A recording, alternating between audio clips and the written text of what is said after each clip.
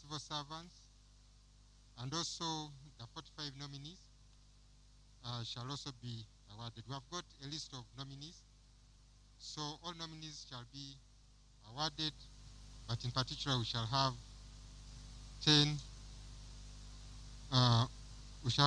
individuals who will be singled out. Yeah, so ladies and gentlemen, as I end my remarks, I just wish to point out that this is not just a one-time event that we get the awards, then move on and leave everything else to God or to government. These awards should be a beginning of a journey for those who have achieved, those who have got the awards. It's up to them to ensure that they maintain their integrity. Let them not relax. Let them be consistent in what they are doing. Since we have awarded them and it shows that actually what they are doing is right, they should be consistent in it. Then they should also be transparent with whatever they do. If you do something in darkness and no one sees it, then you have done it in vain. So encourage them to continue being transparent. We also encourage them to be role models. Let them not just be examples, because there's a difference between being an example and a role model. An example is just somebody they refer to as having done something. Don't be just an example of somebody who got an award. You be a role model so that people look up to you, and they strive to achieve what you have achieved. Yeah, ladies and gentlemen, let me not take more of your time. I'm aware we still have a very long program. Otherwise, once again, I wish to welcome all of you, and I wish you a good evening. Thanks a lot. Thank you very much, Mr. Peter Wandera, for those kind remarks. And in your statements, it reminded me that, yes, number one, we need to steer this discussion. We need to continuously talk about the aspects of corruption. We need to talk about integrity, both the good and bad. Expose the bad so that it can go away, and also hint more about the good so that we can be able to promote more good. As Christians, we believe that whatever is done in the dark will always come out. So if you do the good in the dark still, we will get to know and it will be recognized. But also if you do the bad in the dark, we will still get to know. That is why we, much later on, Lieutenant Colonel Edith Nakalema will be letting us know just how much money she's managed to recover through the State House Anti-Corruption Unit. Now, moving on to talk to us as well about these awards and the reason why we are here tonight, allow me, with honor and pleasure, invite the Country Director, Action Aid International Uganda, Mr. Xavier Ejoyi. Let's welcome him with a round of applause. Mr. Xavier Ejoyi, I do welcome you right about now to speak to us. I earlier on did see Mr. Xavier right here with us.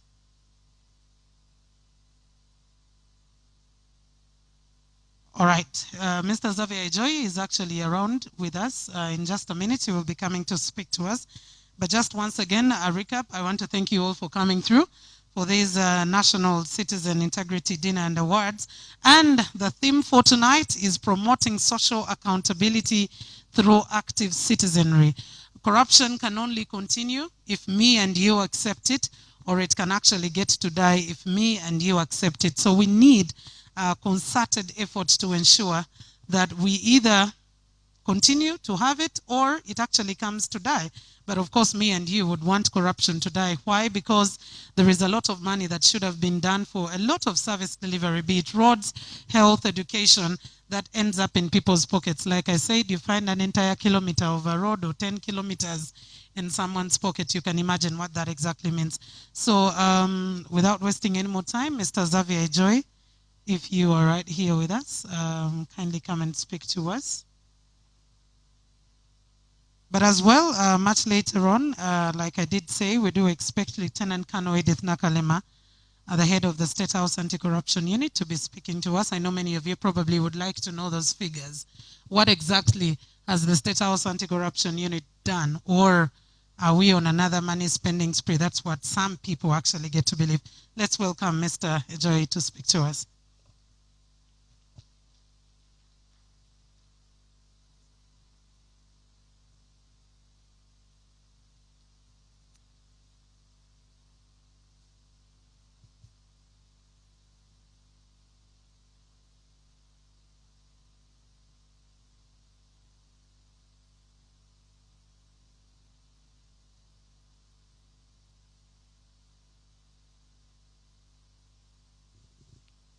Thank you very much. If you can allow me to remove my...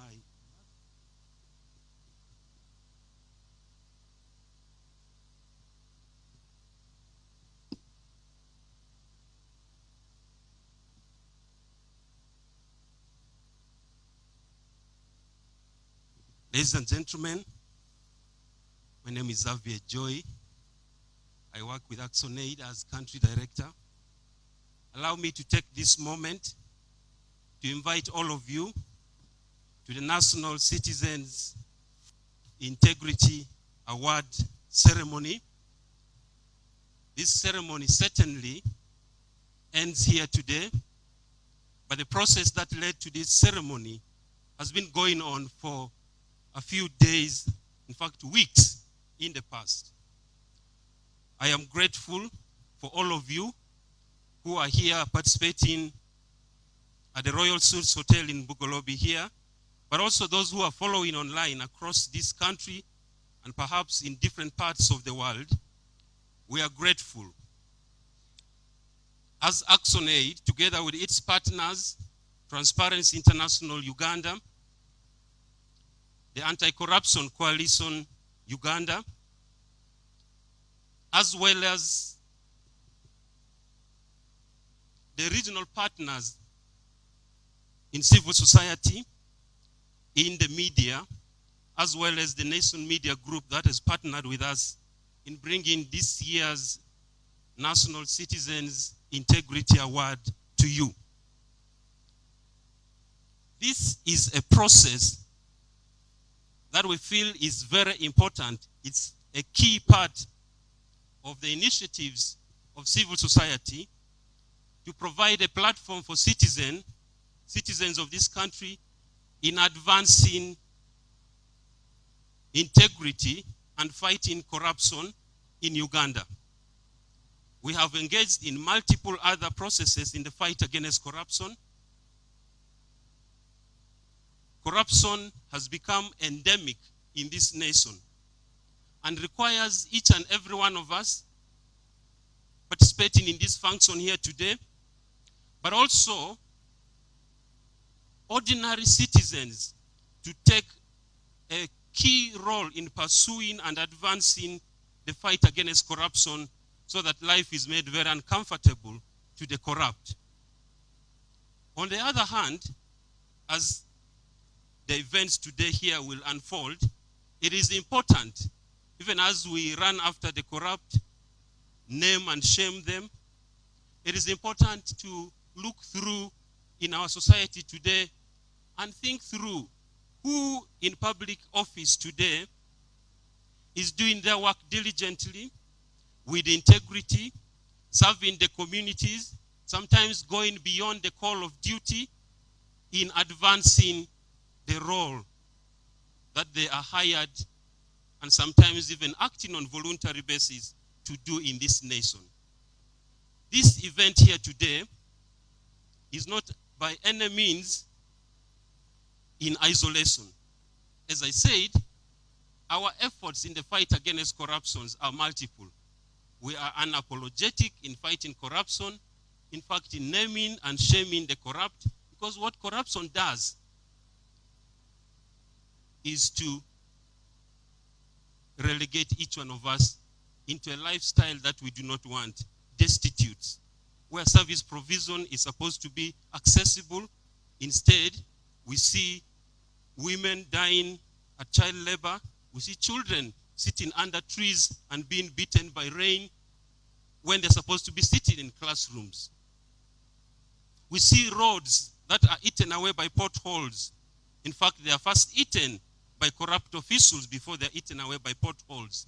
And then the citizens suffer the fate of accidents and death unnecessarily on our roads. That is where corruption puts us. But what we're saying is, in this function today, whereas we pursue that agenda in advancing the fight against corruption without fear or favor and without apology to anyone, we also need to look in our society, look through those who are on the front line, those who are in leadership, in management, those who are advancing integrity, those who are holding their their personal interests back to advance the common good in public service. And they are there. We have them available. And this function today is a function that will enable us to point to some of those members of society. So we called it the National Citizen Integrity Award deliberately, because you know what?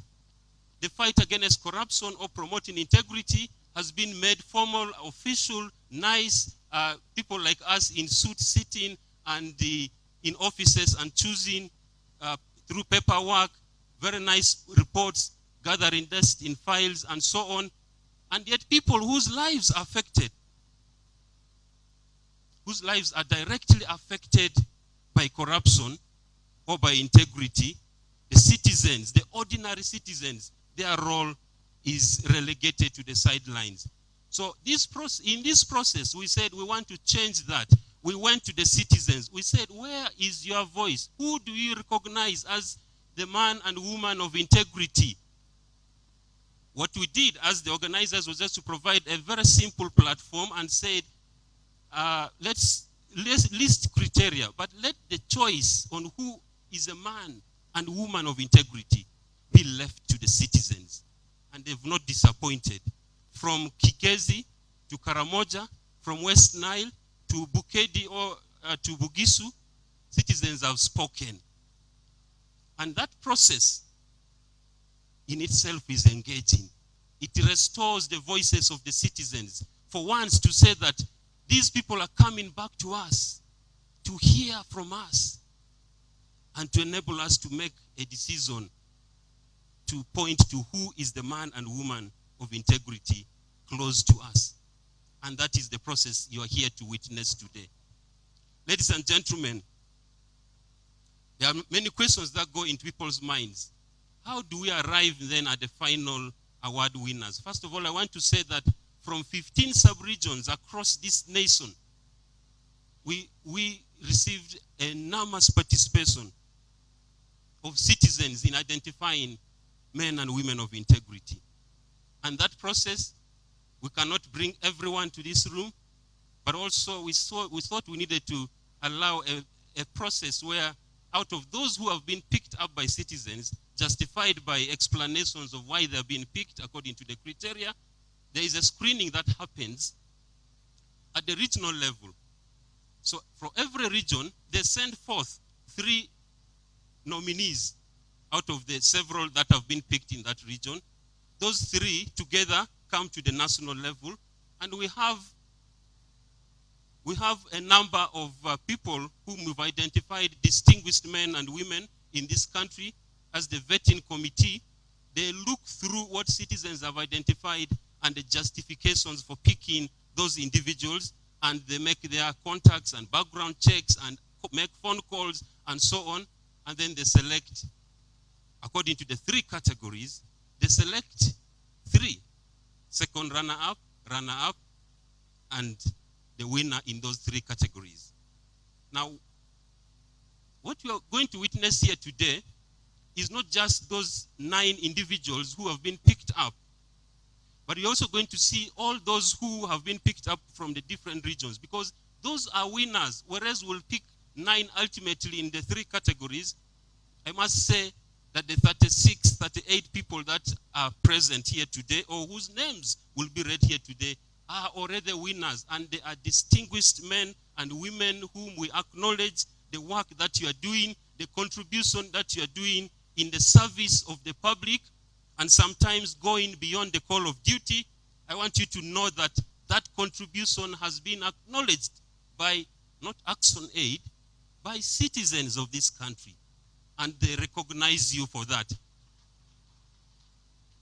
Our role is just simple to provide that platform for that to happen, for citizens' voices to be heard, for you to be recognized. And so I want to tell you that you should feel proud in this meeting today.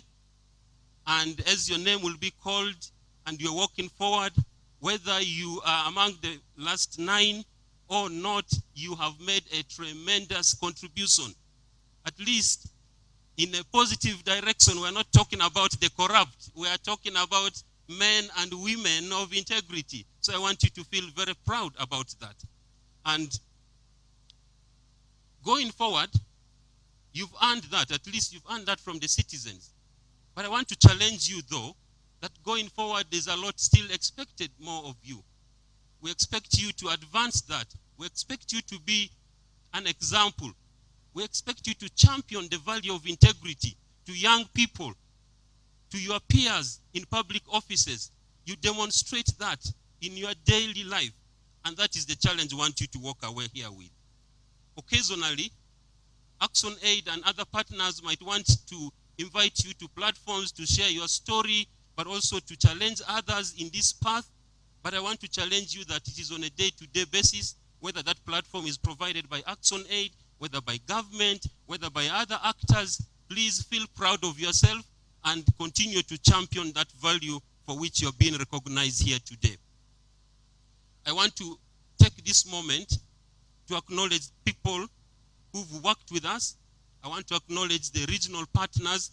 We will have a time to read all the names of the regional partners that worked with Action Aid, Transparency International Uganda, and Anti-Corruption Coalition Uganda to make this process possible.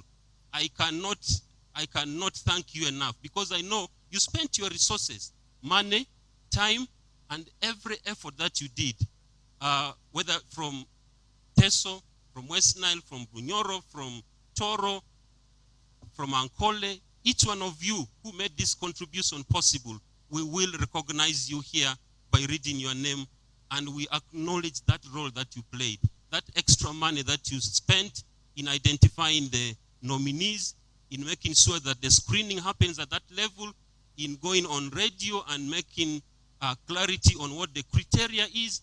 We respect that. I also want to thank the Nation Media Group for this opportunity. They have been partnering with us since last year in bringing, just so you know, we are actually live, and the contribution of NTV and KFM and Daily Monitor in this Integrity Award process is well acknowledged. And as long as we're able to partner with like-minded people in the private sector, in NGOs, in government, in advancing integrity, it is a significant step that we are taking in that direction. I want to acknowledge that, and I want to challenge all other stakeholders out there that integrity is something you will not go wrong by putting your name to it. And so, as we try to build the pillars of integrity in this nation, we're calling out every citizen, every corporate entity, every government institution, every civil society organization to step up and champion this process. I want to end by saying that we are in election period, and elections are about citizens choosing peacefully who their next leaders are. It's important for citizens to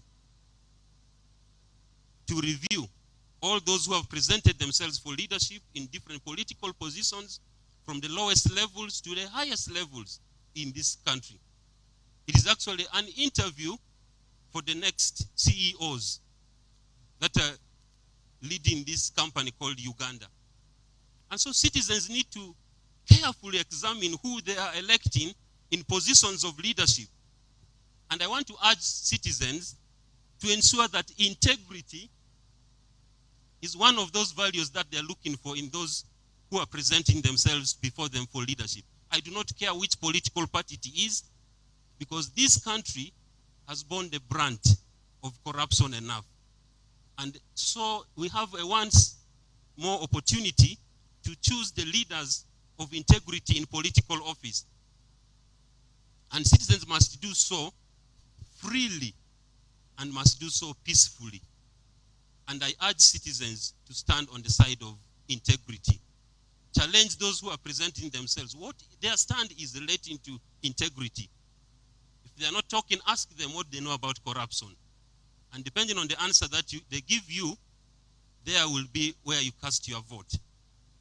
Friends, as NGOs, a lot has been said about us in the last few days and weeks. You probably have seen in media information about civil society or NGOs who have been accused of many things, including financing terrorism.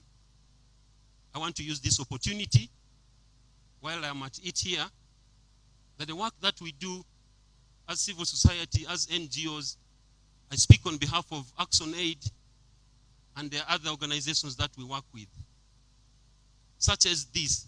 Surely, this is not a gathering of terrorists. We are here recognizing men and women who make a noble contribution to this country. And we do so wanting to make a contribution to the building of this nation in promoting accountability, integrity, but also in building genuine development and the role of citizens in that process. So whatever you are hearing in the media, know that that is quite far from who we are. The work that we do in advancing integrity, anti-corruption, in building women whose lives have been shattered by violence, domestic violence, that is the work that we do. That is not an act of terrorism.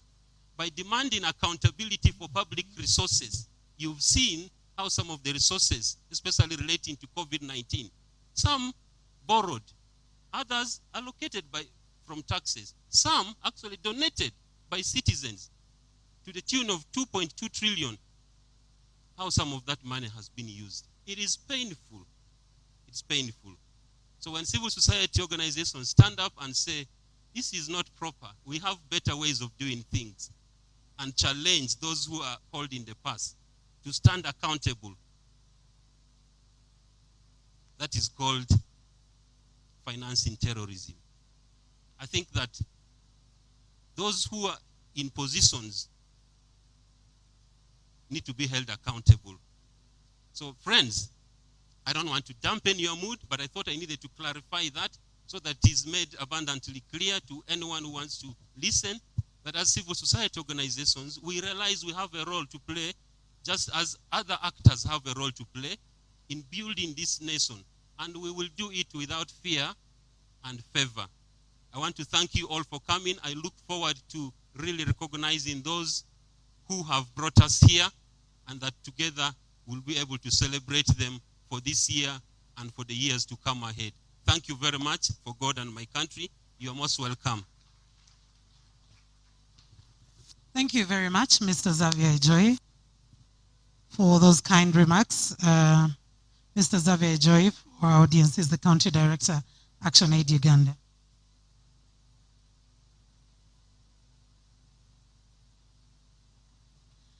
Thank you very much. And Mr. Xavier did remind us, we actually have exactly about 28 days to the polling day, particularly because many people pay attention to presidential and parliamentary polls, which are on the 14th of January, this time not February at all. So we have about 28 days. So even as we go to the polls, we need to remember that integrity is key as we seek for the vote, but also as we cast our ballot. It will not be of integrity for you to ask for kitu kidogo, for you to ask for soap, because you need to give your vote. There is no integrity in that. Whereas it wouldn't also be of integrity to give out handouts in searching for votes. If you look at some of our flyers or some of our pull-up banners, it clearly says, you can't buy my vote. Your vote is very precious. It is your gateway. It is your gate pass to accessing the services. It is your gate pass to giving you the audacity to demand for a service to be delivered by your leader because you cast your ballot. But if you sell it out, if you give out your vote because of something in return, then you lose the audacity to ask for accountability at the end of the day. So as we do continue with our program, remember, like we said, we will be having 10 individuals, both in public and civil servants, who are going to be recognized this night. But all the other 45 nominees are winners, because your society, your community recognizes your integrity. It recognizes your moral principles and values as very important, and they look up to you. And like Mr. Peter Wandera said, you're not just examples, but you are living as role models in your community, not just being referred to, but people are living up to and aspiring to live the same kind of life that you do have. Because for many public servants, the public perceives that because of the so-called permanent and pensionable, some do not care. They don't take their time to take an extra mile to do an extra job to provide a service to the nation and to the community. So up next, I will be speaking, we will be getting Mr. Paul Banova, who is the Africa Regional Advisor for Transparency International Uganda, Transparency International, to give us his remarks. Mr. Paul Banova, kindly, we do welcome you. Let's give him a round of applause as he comes to speak to us.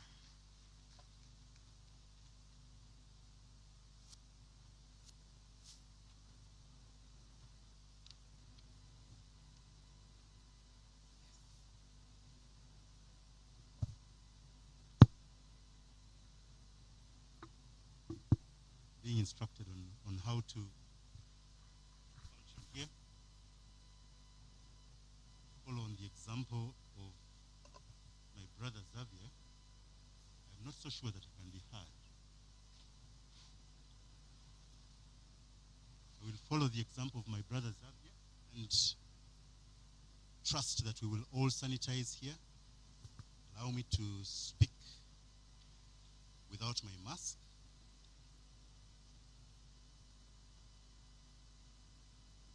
And also kindly allow me to apologize in advance. I think I've spent too long in civil society. We tend to turn everything into a workshop. So I had my slides ready, workshop style. But I also adapt very quickly. Our chief guests, heads of government, heads of civil society, our friends in the media present,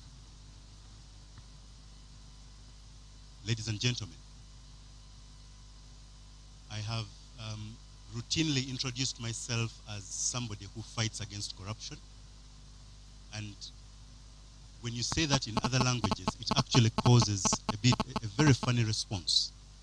I fight against corruption. What do you do for a living? I fight against corruption. If you try that somewhere else, please check for the response within the people that you're talking to. Everybody is saying, I'm a banker, I am a farmer, I have produce, I contribute to this economy. And when it comes to you, you say, my daily job, I wake up to fight against corruption. And then look around and see what the response will be. My response, the response has always been very funny. People laugh, actually, at that. And I also recognize that as someone working specifically for Transparency International, we have a brand, which we believe is our brand, but we also have the way we are perceived by society, including our stakeholders. We are perceived as the organization that puts out research indices that measure corruption. We do very many different things, but that's what we are known for mostly. We are known as the community that ranks countries, who is doing better than the other. Routinely, what we put in our statistics is criminal prosecutions, investigations, which country has better laws than the other, who is doing very badly. So that's what we are known for, and that's what we usually, when we speak to society, get a response to. It gives me pleasure to be here to talk about people who are being recognized in a different way. Great pleasure. So, ladies and gentlemen, I'll say only 3 things and sit. I will speak to the challenges of the people fighting against corruption and the response that I've just talked about, and then a perspective of what integrity awards mean to us. I will give just 2 reflections of other integrity awards that we have elsewhere, including those that we've just concluded early in December, and some final comments. I will do that within 10 minutes, actually under 10 minutes. in terms of the fight against corruption and what integrity awards actually do, for those who are awarded, we have a reflection that says this is possible. As I said before, when we say we're fighting against corruption, some of the questions will be, how far have you gone in this fight against corruption? What have you achieved so far? And the reality is, even when you have some success to talk about, if you call it success, if you have our colleagues in the prosecution, those who have the responsibility to prosecute, will make a list of successfully concluded cases. They'll even talk of convictions. But society looks at a number of other indicators. Who exactly are you prosecuting? Are you talking of the small fish, big fish? What has changed? If one person who is corrupt is in jail, another person replaces them, they're equally corrupt, and the cycle goes on. So what are you really doing? You seem to be trapped in a cycle that goes on and on and on. And then on the side of society, we have people that are corrupt, respected in their societies. And even in religious institutions, we have colleagues that you would expect to be shunned by society, especially in such communities, who are not shunned, but rather welcomed. So even at the level of society, there is that challenge. So what integrity awards do is that they point out to both we who are fighting against corruption and those in society who are skeptical about the value of fighting against corruption that actually, here's an example. This is possible. It is possible to live a life of public service, of integrity. So society sees that. And they also see and notice that actually, those of us who are promoting integrity, promoting good governance, it is actually we're making progress. We're gaining ground. And that is important. And that is the most, if I see it right now, that's the most important observation that one needs to make from Integrity Awards. The Integrity Awards is new to this community. We have awards elsewhere, especially in entertainment, what we usually call showbiz. Awards and ceremonies of awards have been on for as long as the industry. In our sector, this is a bit new. We were more from the side of building institutions, crafting laws to fight against corruption, recognizing those who are actually doing something fruitful, living up to some standards, is not that old. And with that, let me make some comments on two awards.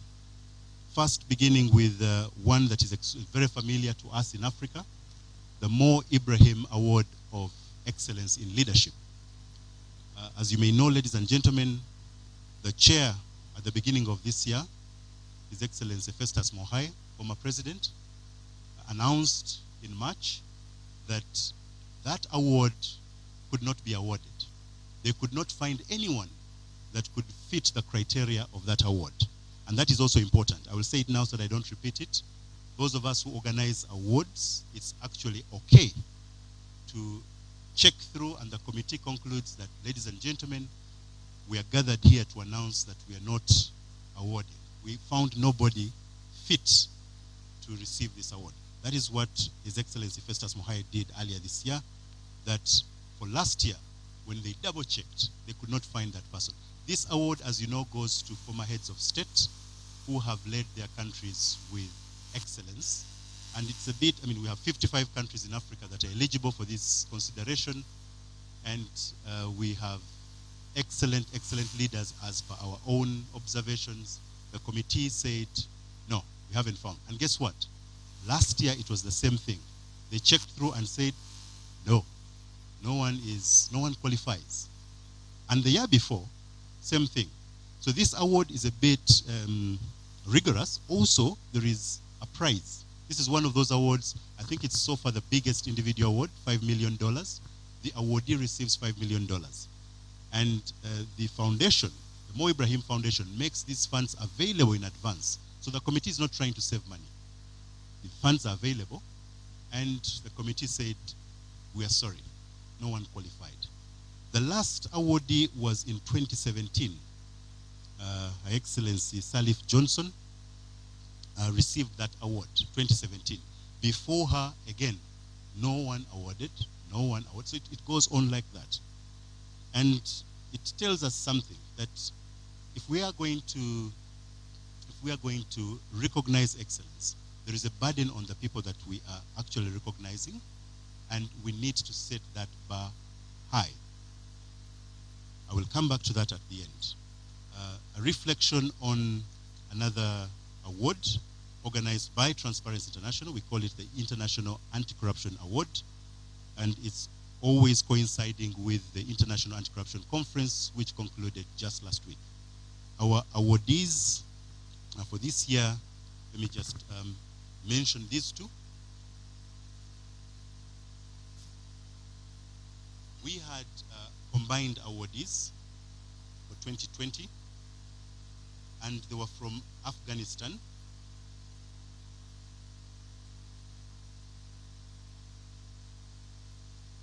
So the whistleblower Botakoz Kopayaka from Kazakhstan, and the journalist and the newspaper that he works for, Zaki Darabi, the journalist in Afghanistan, and the newspaper that he works for, Etilat, were the recipients of the International Anti-Corruption Award. I will not go through the criteria and all that. I think it's more interesting to listen to the criteria for this award, but I wanted to point out that commonly, when we're looking for valor, excellence, the names that have come up are names of prosecutors, the names of investigative journalists, and this time around we also had a newspaper. We also have newspapers in this country. We have excellent investigative journalists. It's a challenge to our friends in the media, because you stand in between those of us who are considering ourselves as actors and the society. So when you shed light on what is going on in our offices, the public sector, you do a great job. I don't know how many of our newspapers have a dedicated column on corruption, for example. There might be some sporadic stories. It's a challenge to our colleagues in the media. There you go. And in 2016, we had a group called the Car Wash in Brazil, a team of prosecutors who did an excellent job that they received 3 awards that year. And they've been receiving awards since. So even the public sector can be recognized for the work that they do. They were so excellent, despite the shortfalls that came at the end. Allow me to move to the final comment, and I will end it there. That one comment to those of us who organize and who are awarders, the organizers, the conveners, in this case, Action Aid, Transparency International, Anti-Corruption Coalition Uganda, but also those who will be awarded, even before I know who exactly, because I declare that I do not know who is on that list yet.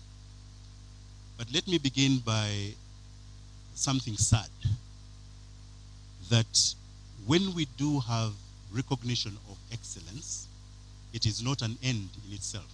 It is actually continuous. Why am I calling it sad? That those who are vigilant in monitoring can actually withdraw awards. And that happened, if you may recall, ladies and gentlemen, just 2 years ago. Our colleagues, Amnesty International, went ahead and withdrew their highest honor, which had been awarded to the leader of Myanmar at the time, and they withdrew it publicly, saying that this is for the shameful betrayal of the values you once stood for. And they withdrew the award. So I don't know whether we are in the awards, but just to point out that in some places it's been done, and this was in the same community, human rights. Amnesty International took that extreme step. And it was to the utter embarrassment of a leader of a nation at the time. But before I will now stop on that and say, we've had examples of awardees in their individual profile, awardees in plural groups of people, awardees in organizations, that this is a company, a media company that has championed the fight against corruption in a particular country. We have had cases of no award. We are sorry, we've examined and no one is fitting. So that is also possible. And it's a heavy honorable badge for those who will be awarded.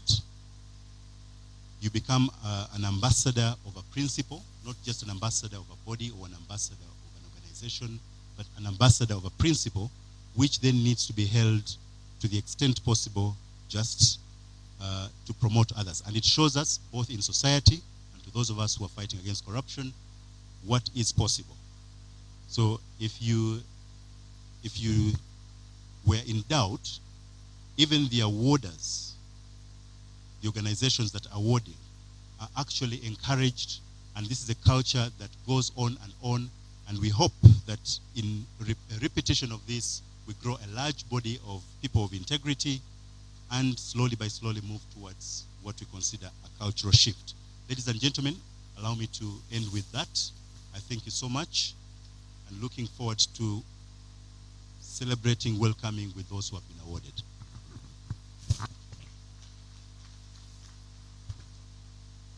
Thank you very much, Mr. Paul Banova. And as Mr. Banova was starting off, he actually did make a statement where he said, this is possible. I think living with integrity is very possible. We just need to get back to the values and the morals that we can be able to become accountable to our community, to the people we lead.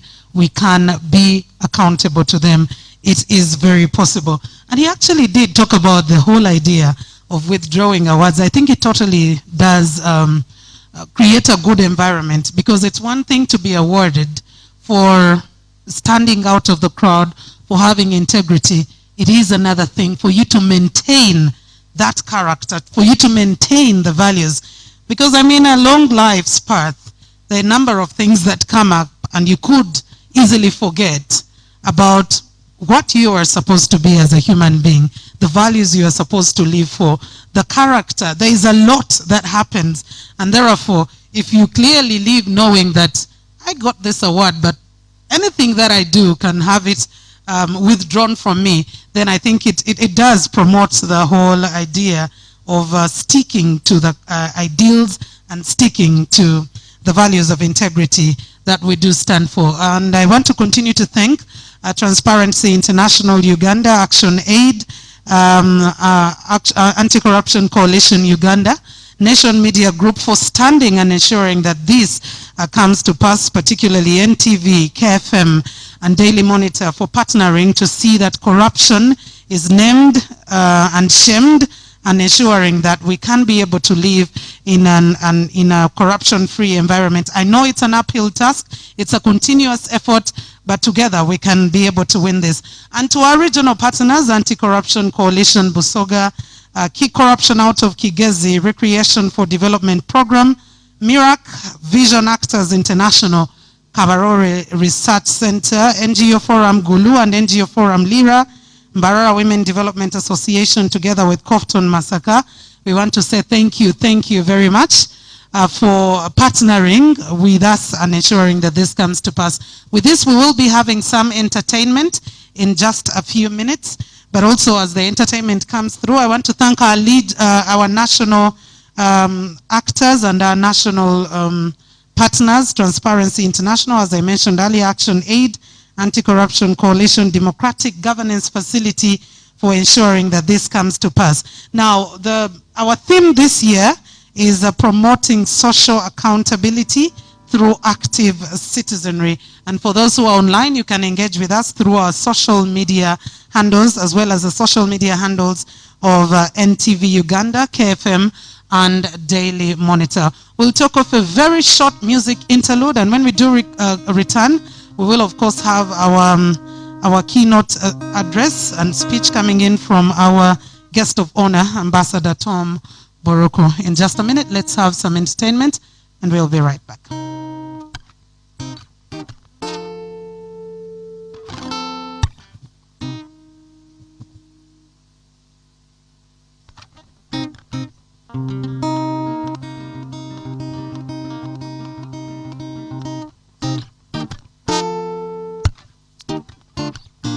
Check.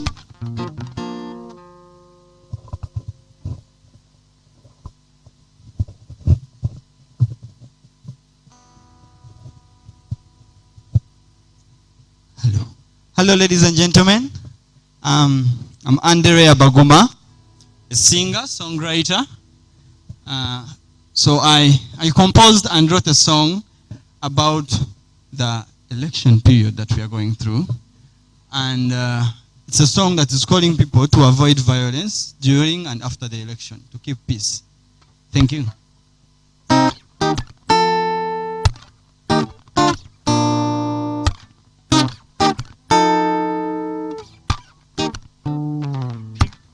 Why do laundry no yanika mutaka?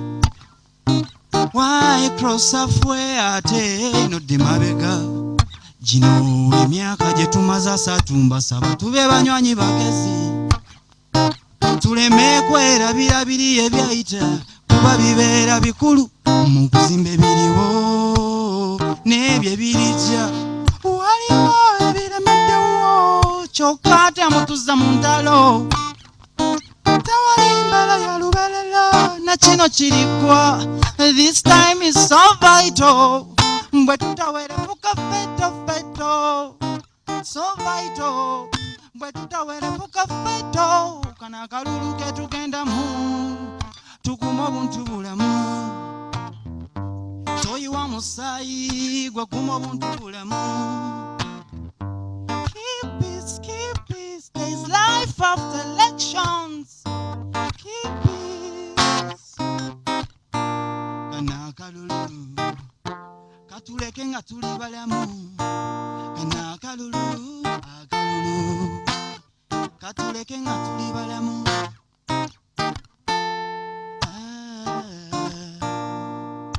Take it to the bank if you want. Naye kankukakase. There is no perfect leader. Abo bali mu ngero abaliwo aliwo n'abalijjawo bonna babeera bakulu. Tubawe ebitiibwa byabwe kubeera baba bakulu. Kati gwe londe muntu okuuma emirembe. Waliwo ebiremeddewo kyokka ate mutuza mu ntalo. Tewali mbala ya lubeerera na kino kirikwa. This time is so vital. But tutawerefuka feto feto. So vital. But tutawerefuka feto. Byetukoze byonna bigwewo.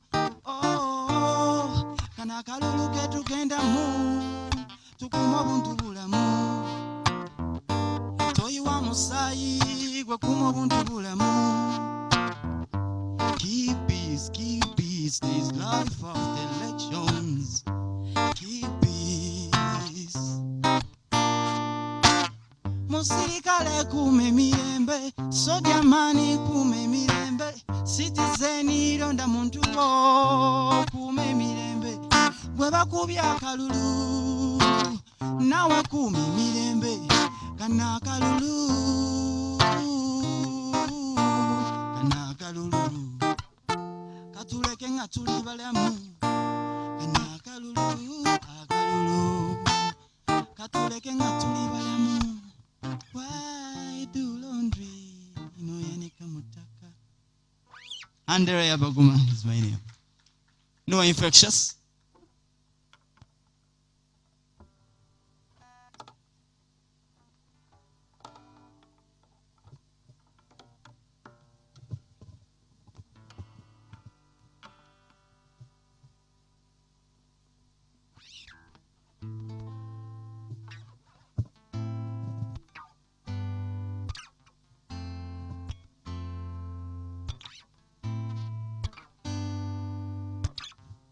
Hello, ladies and gentlemen. My name is Noah Infectious. And this is a song titled Prayer for My Country.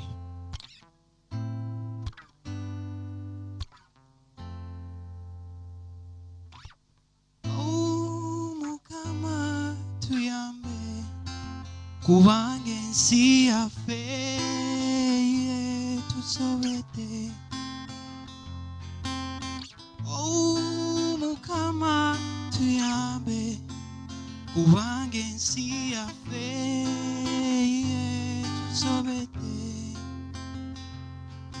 I see suffering and dying in our motherland. The Black continent, but with people visible. I hear the cry of the African child when the mom and dad die. Life is horrible.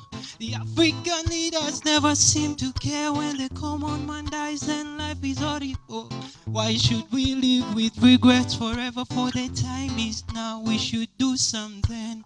Oh, Mukama tuyambe. Kubangensi yafe tusobete. Oh Mukama tuyambe. Kubangensi yafe tusobete. Abantu rachi bafa banji nga n'ebizibu byetulina tebyebingi. Kale lwaki bafa bambi awatali nno n'omusango. Lwaki bafa bangi nga n'ebizibu byetulina tebyebingi. Kale lwaki bafa bambi awatali nno n'omusango. Mukama tuyambe kubanga ensi yaffe tusobedde. You should be the change you want to see. Fe to choose better. Everybody can you and me. Fe to choose better. Everybody can you and me. Now you should be the change you want to see. Fe to choose better. Everybody can you and me. Fe to choose better. Thank you.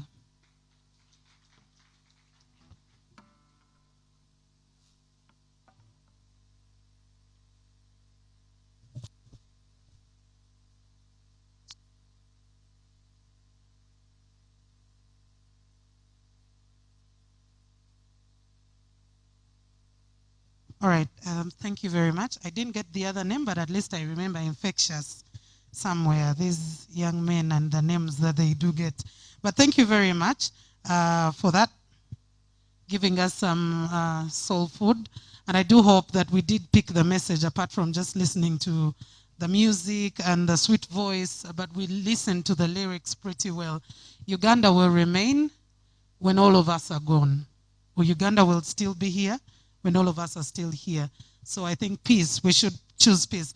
And for those who are watching us right online, who are joining us on NTV Uganda, the hashtag to use in continuing with the discussion in fighting corruption is the hashtag Stand Against Corruption, in case you're tweeting or posting something about these integrity awards, and also the hashtag Action Counts. Action is what we need. So the two hashtags, Action Counts and Stand Against Corruption, will be the hashtags we'll be using. I want to also continuously recognize these particular agencies and government departments and ministries. Anti-Corruption Court for all the effort that has been done so far. The CIID Uganda Police, thank you so much for the work that has been done in fighting corruption, exposing and ensuring that these cases go to court and they're dealt with and they're prosecuted, and then we do get to have sentences.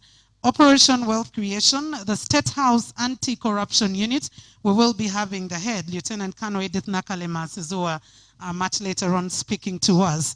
The Directorate of Ethics and Integrity. Today we're talking about the Integrity Awards, and what better way than to be working with the Directorate of Ethics and Integrity, and also Kampala Capital City Authority for all the efforts that you have done in ensuring that integrity is promoted in the kind of work that is done. We also thank you very much. Without wasting any more time, ladies and gentlemen, we will be getting our keynote speech, which is coming in from our chief, the Ambassador Tom Buruku. Let's welcome him with a round of applause. And before we also get to know who the nominees are and who the winners are for tonight, welcome with me, Ambassador Tom Buruku, to speak to us.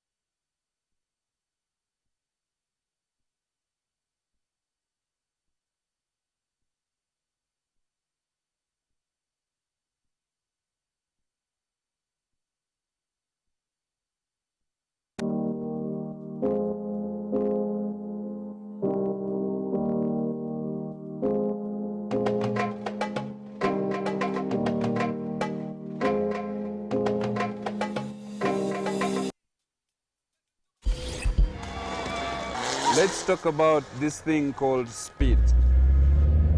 I would like you to think about three things. We compete wearing helmets, fireproof clothing, protection for our necks, gloves. Vehicles in which we compete in have the safety roll cages in there, upgraded suspension, high performance brakes. We compete in closed courses for motorcycles not to exceed 80 kilometers per hour. Let's talk about your regular vehicles. The suspension you have, it's so weak. You cannot take corners at high speeds. You do not have a roll cage built. You're not wearing safety helmets. In case you lose control, you put your lives and their lives at risk when you overspeed. Don't emulate me by reckless speed. Emulate me by safety. My name is Arthur Blake Jr., 13 times motorcycling champion. Twedeco, every life matters. This message was brought to you by NTV Uganda.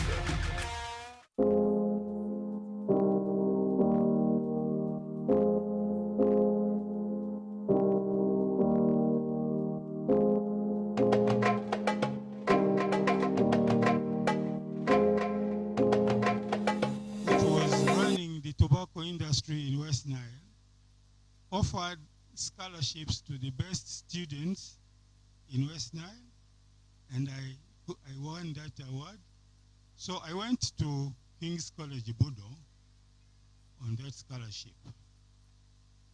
In 1961, when I was at Budo, I also encountered Yoel Kaguta in 1961, who was a Molokole, and I was also a religious person, and we met in a religious conference. I finished O-level and HSC, and then went to University College, Dar es Salaam, to study law. Those days, lawyers in East Africa studied in Dar es Salaam. Engineers came to Nairobi, and agriculturists, medical students came to Makerere. While I was in Dar es Salaam, I had the privilege of being the first student to be elected guild president from somebody from a non-Tanzanian.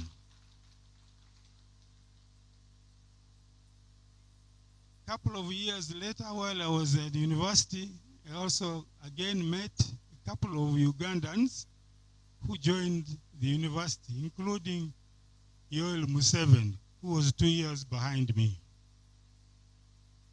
And there were others, Justice James Ogola, Ben Odoki, the Chief Justice, Yoel, the late Prime Minister who died, Prime Minister, and a couple of other prominent Ugandans who joined me. My intention was actually to join Ministry of Foreign Affairs. But when I graduated, BAT, Uganda Limited, sent representatives to Dar es Salaam to persuade me to come and work for BAT.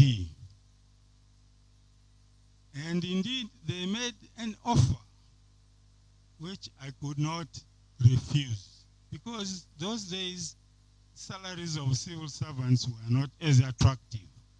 But the BAT was offering very, very attractive conditions. From the word I go, they gave me a car, they gave me a house, which was furnished, and which was the swimming pool. So I thought that was, and they posted me to Arua as West Nile Tobacco Union manager and stroke BAT manager. I worked in BAT Arua for 2 years. BAT sent me to Ghana for training. And on my return, again, BAT sent me to South Korea for further training.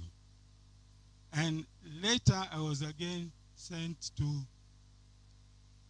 South Britain, in Britain with BAT. So 12 years, my 12 years in BAT was just smooth running, no challenges. Now, BAT, as a good company, was sponsoring humanitarian causes in the country. Uganda Red Cross Society then asked BAT if BAT could nominate one of its staff to serve on the council of the Red Cross. And that is how I moved from BAT to Red Cross, but not on full-time basis. How I eventually moved on permanent basis was in 1980. I think you will remember, those of you who were grown up, the crisis in West Nile. You see, Idi Amin came from West Nile. And when Idi Amin was overthrown, and the rebels also came and went into the bush, there was all this guerrilla warfare, and there was a lot of disturbance. There was civil war in Luero, where many people were being really disorganized, destroyed, people were killed, and that was a very traumatic period in Uganda's history. The BAT then asked, by that time also there was a vacancy in the Uganda Red Cross. The BAT asked if I could join Uganda Red Cross on a full-time basis to go and support the society. They also agreed to continue supporting my salary and other facilities, which of course the BAT had been paying, but which Red Cross could not afford. When the experience I had, the 4 years in Uganda Red Cross as a Secretary General, really exposed me to challenges where I really learned a lot. And this is some of the experience I want to share with you. As a Secretary General, before I went to Red Cross, I had wanted, in 1980, I wanted to stand for elections as a DP candidate in West Nile, but I was blocked. So when I therefore, BAT, Red Cross then offered me the position as Secretary General in Uganda Red Cross.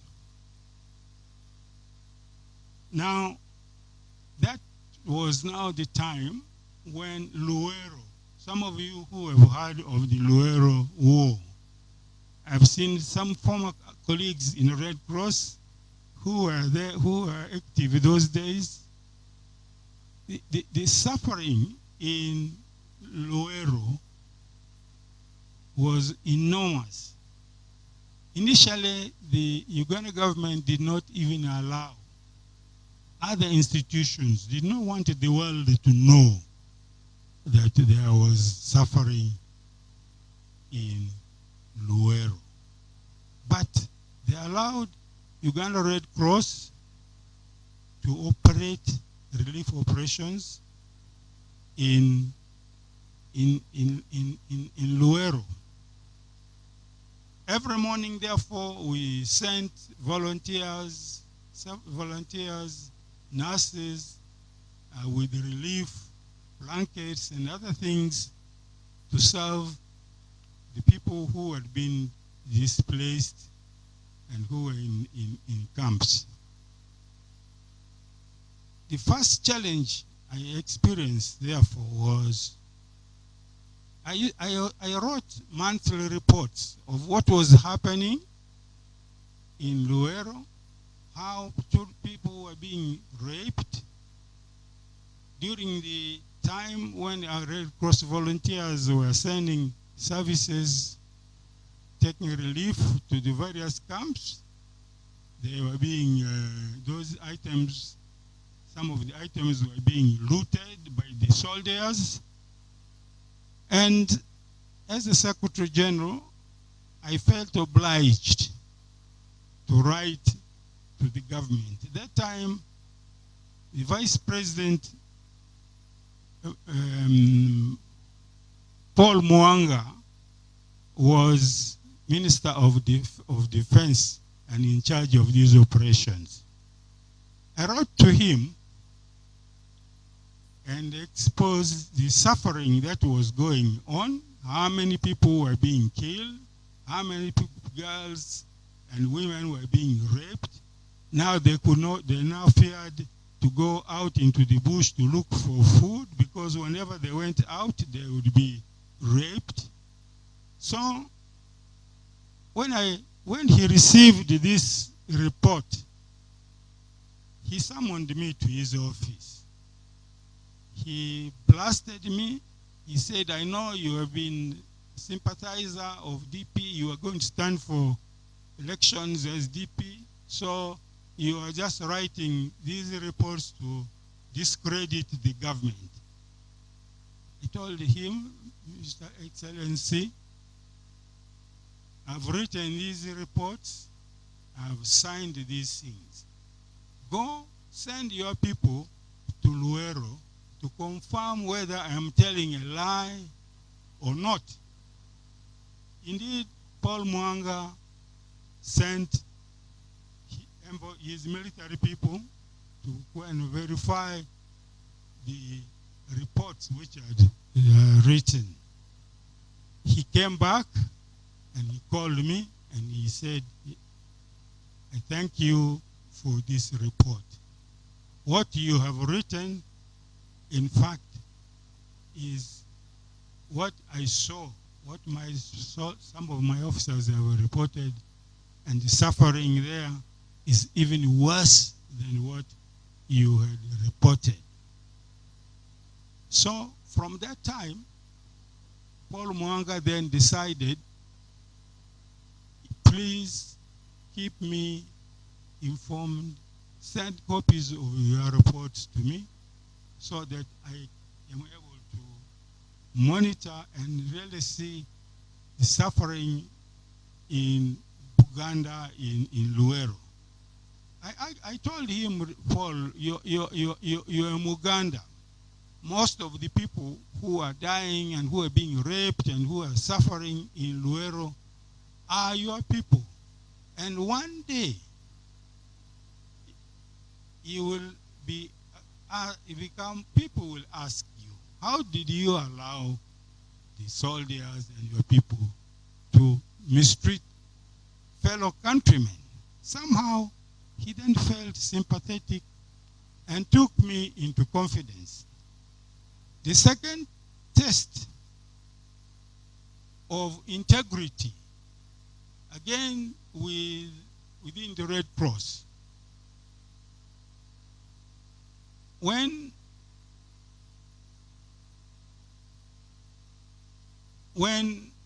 the rebels, that is Yoel Kaguta and his rebels,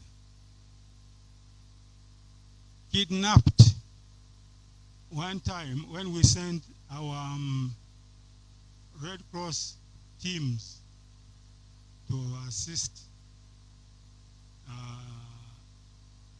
the displaced person in the camps. They were kidnapped. 9 Red Cross volunteers and 4 Swiss nurses who had come to support our operations. And when the international headlines hit what had happened, how these Swiss had been, and the Red Cross had been kidnapped, President Obote and the Defense Council summoned me to State House in Cabinet and accused me of working against the government name. He said they didn't believe that Museveni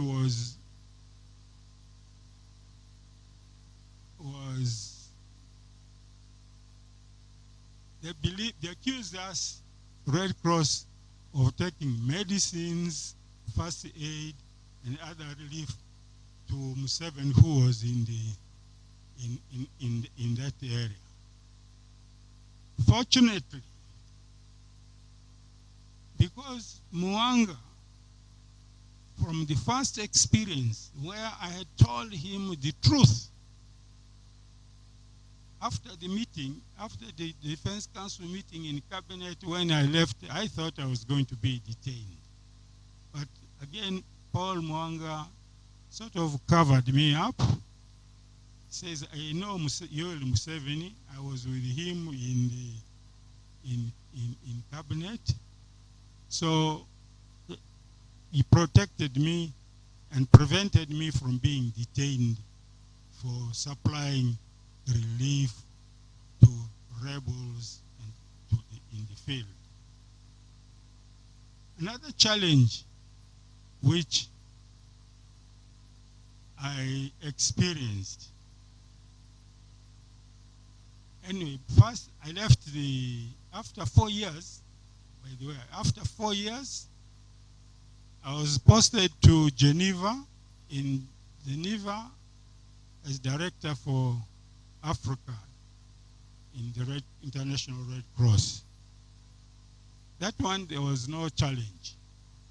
From Geneva, after 6 years, I was posted to South Africa.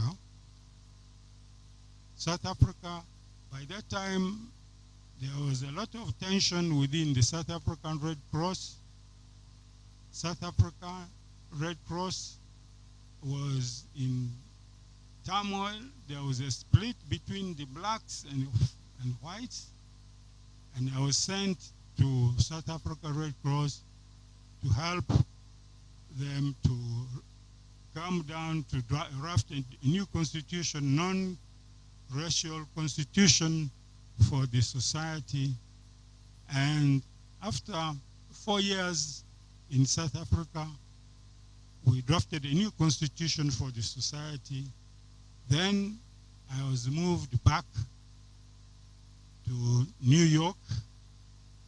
I went back to New York to lobby for the International Federation for position of membership in the United Nations General Assembly. After that, when that assignment was finished, I was moved again to Sierra Leone as head of delegation of the International Red Cross. Those of you who also saw what was happening, there was the challenges and the violence and the coups and there again supporting the society with the relief. After Sierra Leone, I came back to Uganda. I came back to Uganda as chairman of Uganda Red Cross. While I just come back, the Ghana government, whom I had known, because while I was in Geneva, I used to make regular contacts and visits to the African national societies and meeting the African leaders. When they heard that I had now returned to Uganda, they remembered me and they asked if I would be willing to serve as their representative in Uganda. Something which, of course, I accepted. Just as I accepted, Uganda government also invited me, appointed me as a commissioner in the Electoral Commissioner. This was the commission of which Kigundu was the chairman. That is another experience. The challenge, running elections,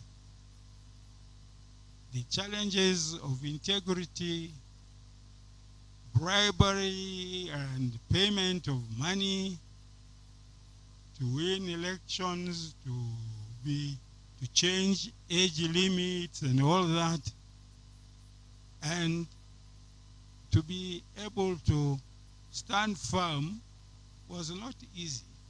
But I think I want to mention one example of integrity where if you have to be firm. There was a time when Colonel Benaissa, when he came back, he was attempting to stand for elections. The government didn't want Besigye to contest the presidential elections. A number of charges were raised against Besigye, including rape and the rest of it. We as commissioners had to decide whether to deny nomination for Benaissa or not. Three commissioners took a firm decision to say, no, the law is very clear. A person is innocent until proved guilty.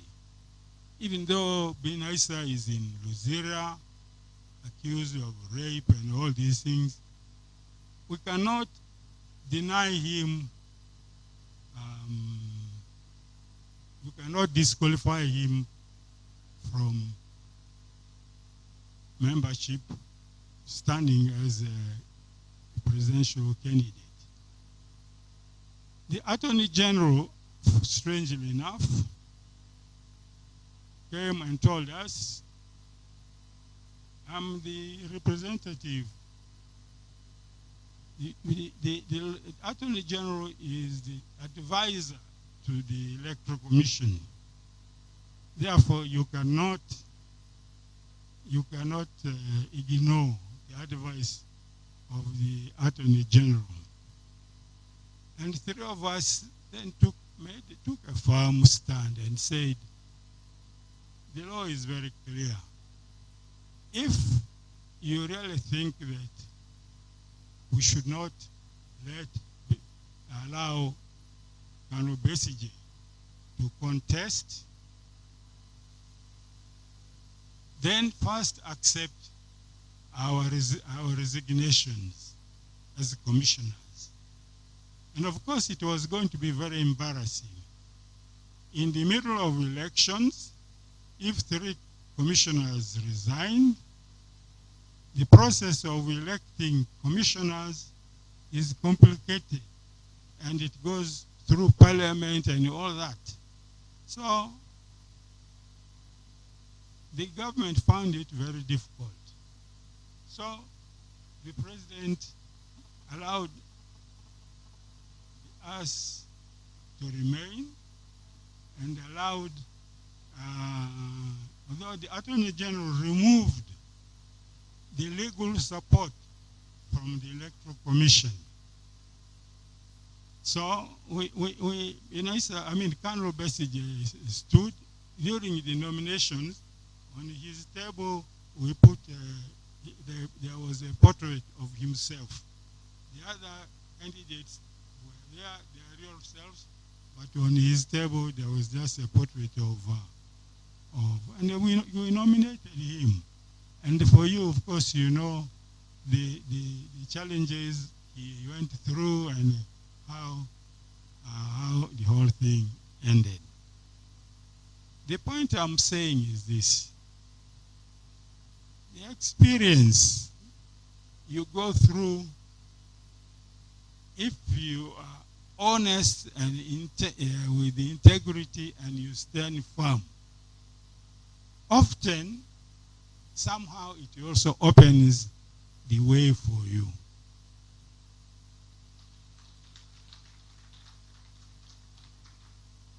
At the end of my assignment as a commissioner in the Electoral Commission, when I retired, by the time I retired,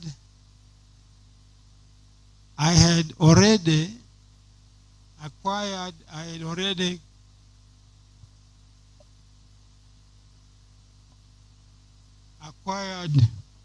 the following honors.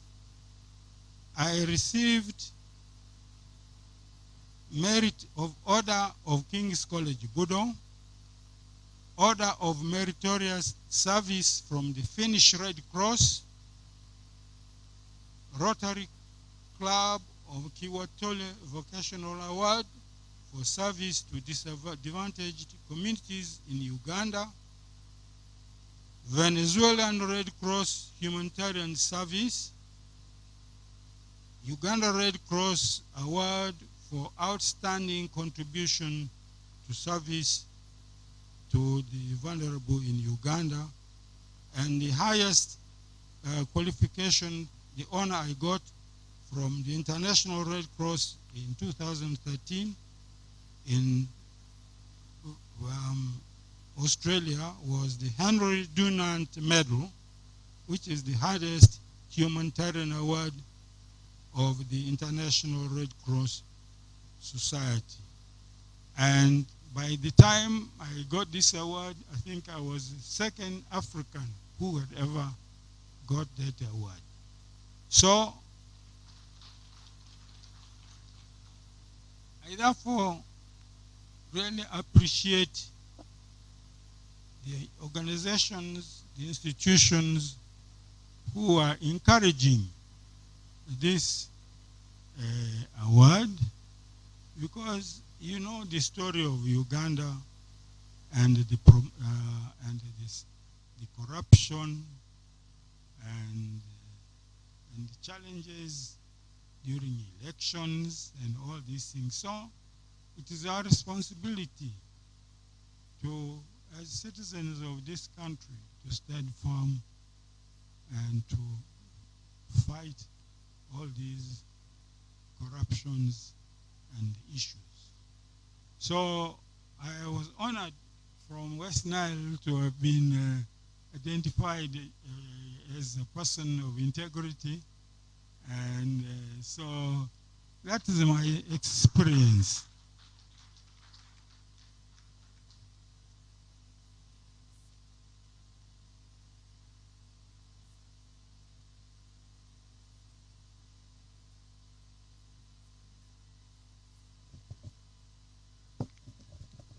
Once again, ladies and gentlemen, a round of applause for Ambassador Tom Baruku.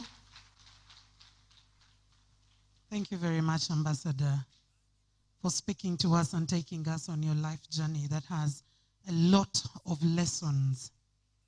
And of course, ladies and gentlemen, one particular thing I pick is that while we work, there may be challenges, but your good works will always speak for you. And the good works will always be recognized.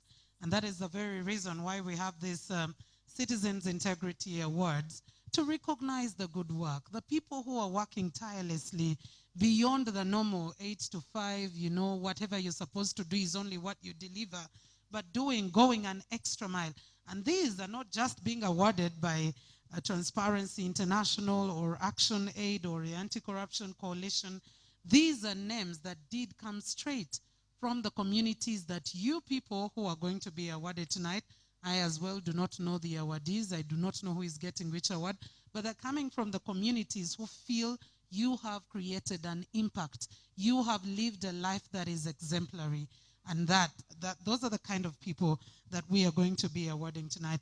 And like I said, our hashtags for social media engagement are Stand Against Corruption and hashtag Action Accounts. But probably many of you are asking, what is the importance of integrity in enhancing active citizenry and social accountability?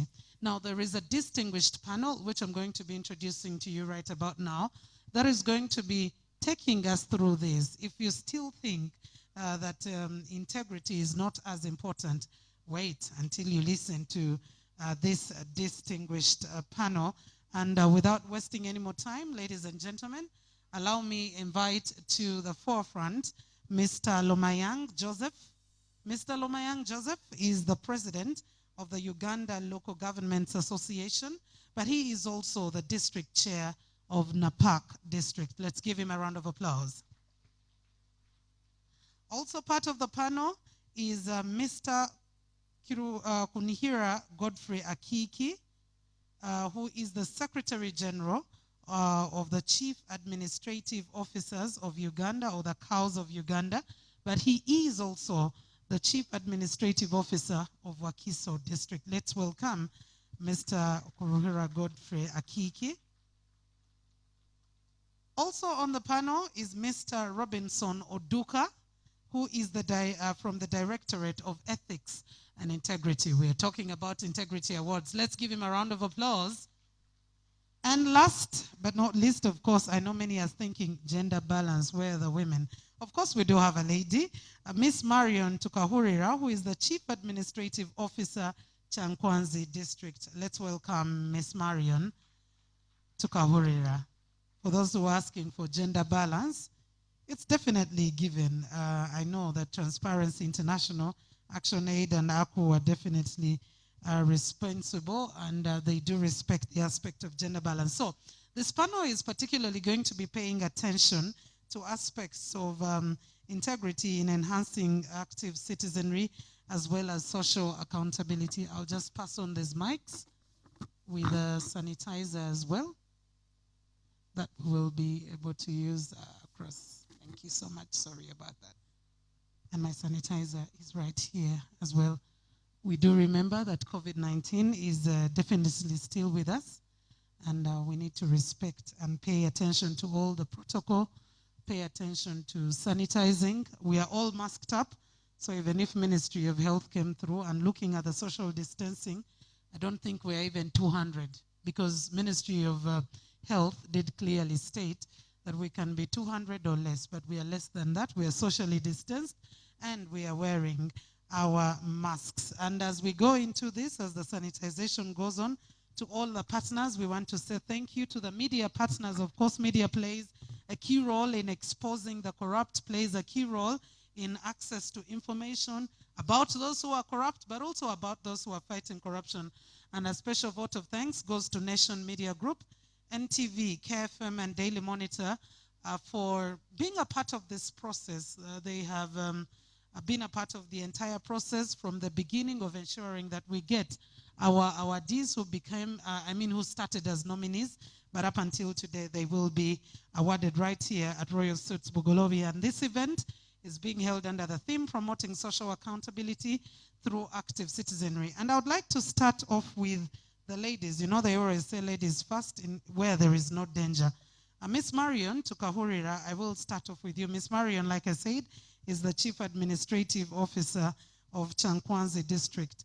Why would integrity be important in enhancing active citizenry and social accountability? People think I can live my life anywhere. After all, as long as I live, night follows day, life goes on. Thank you.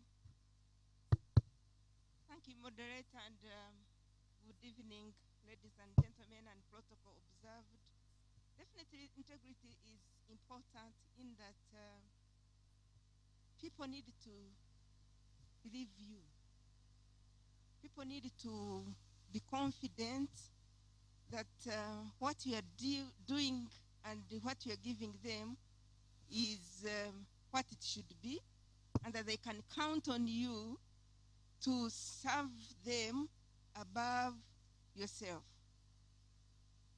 Once you have the integrity, you're able to marshal the support and commitment and acceptance of everybody that is supposed to benefit from your services. And even when challenges do occur, they will not judge you. They will be part and parcel of the problem. So it is important that you are seen to be a person of integrity if you are going to win people's acceptance, commitment, and empathy in case there is a problem. All right, we definitely will be continuing this discussion, and I will go to Mr. Lomayang Joseph, who is also the president of the Uganda Local Governments Association. Is integrity that important anyway? And if it is, why? Yeah, indeed, the integrity is very, very important in society. Aware that integrity is all about honesty and having principles. We have just had the elder here, ambassador, talking on how he began his journey. Integrity builds one's legacy.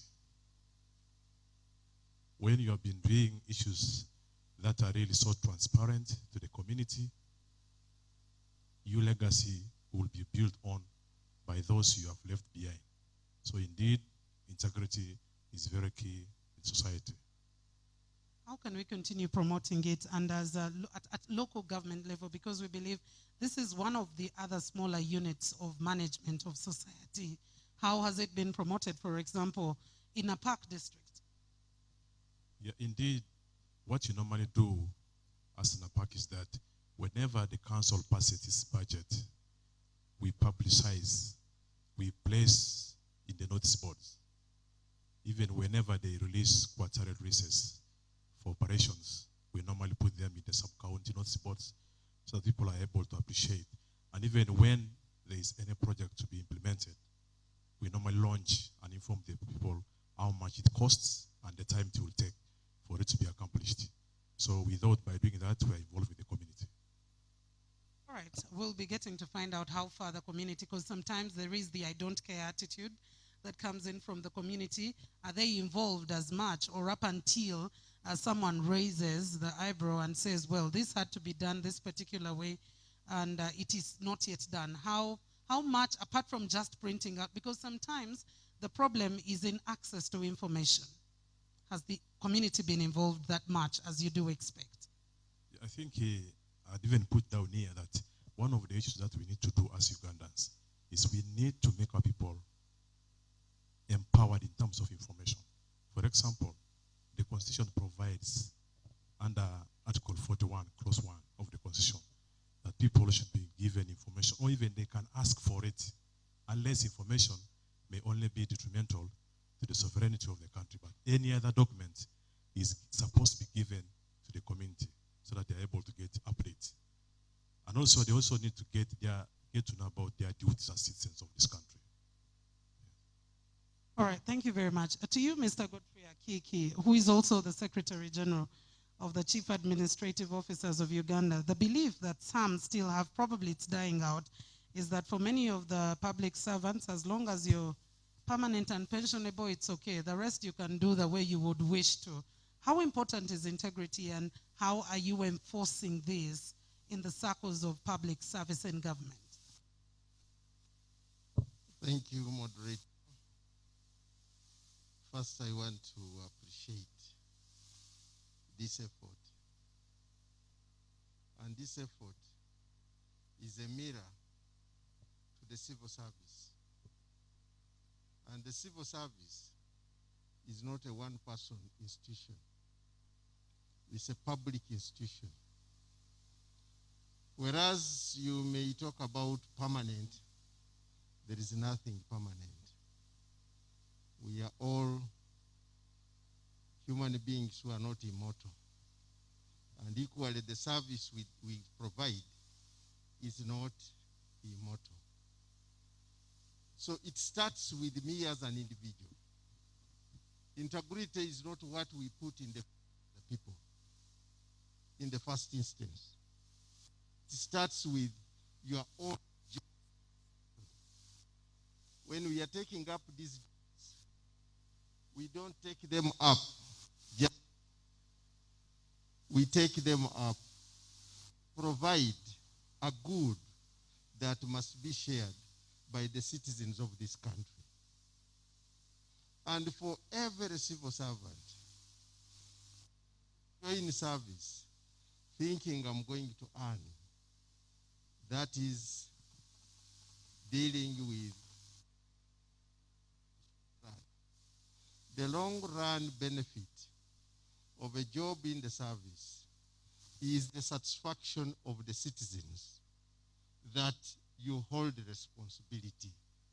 So the difference we have is to encourage civil servants not to do a job, but to do a duty.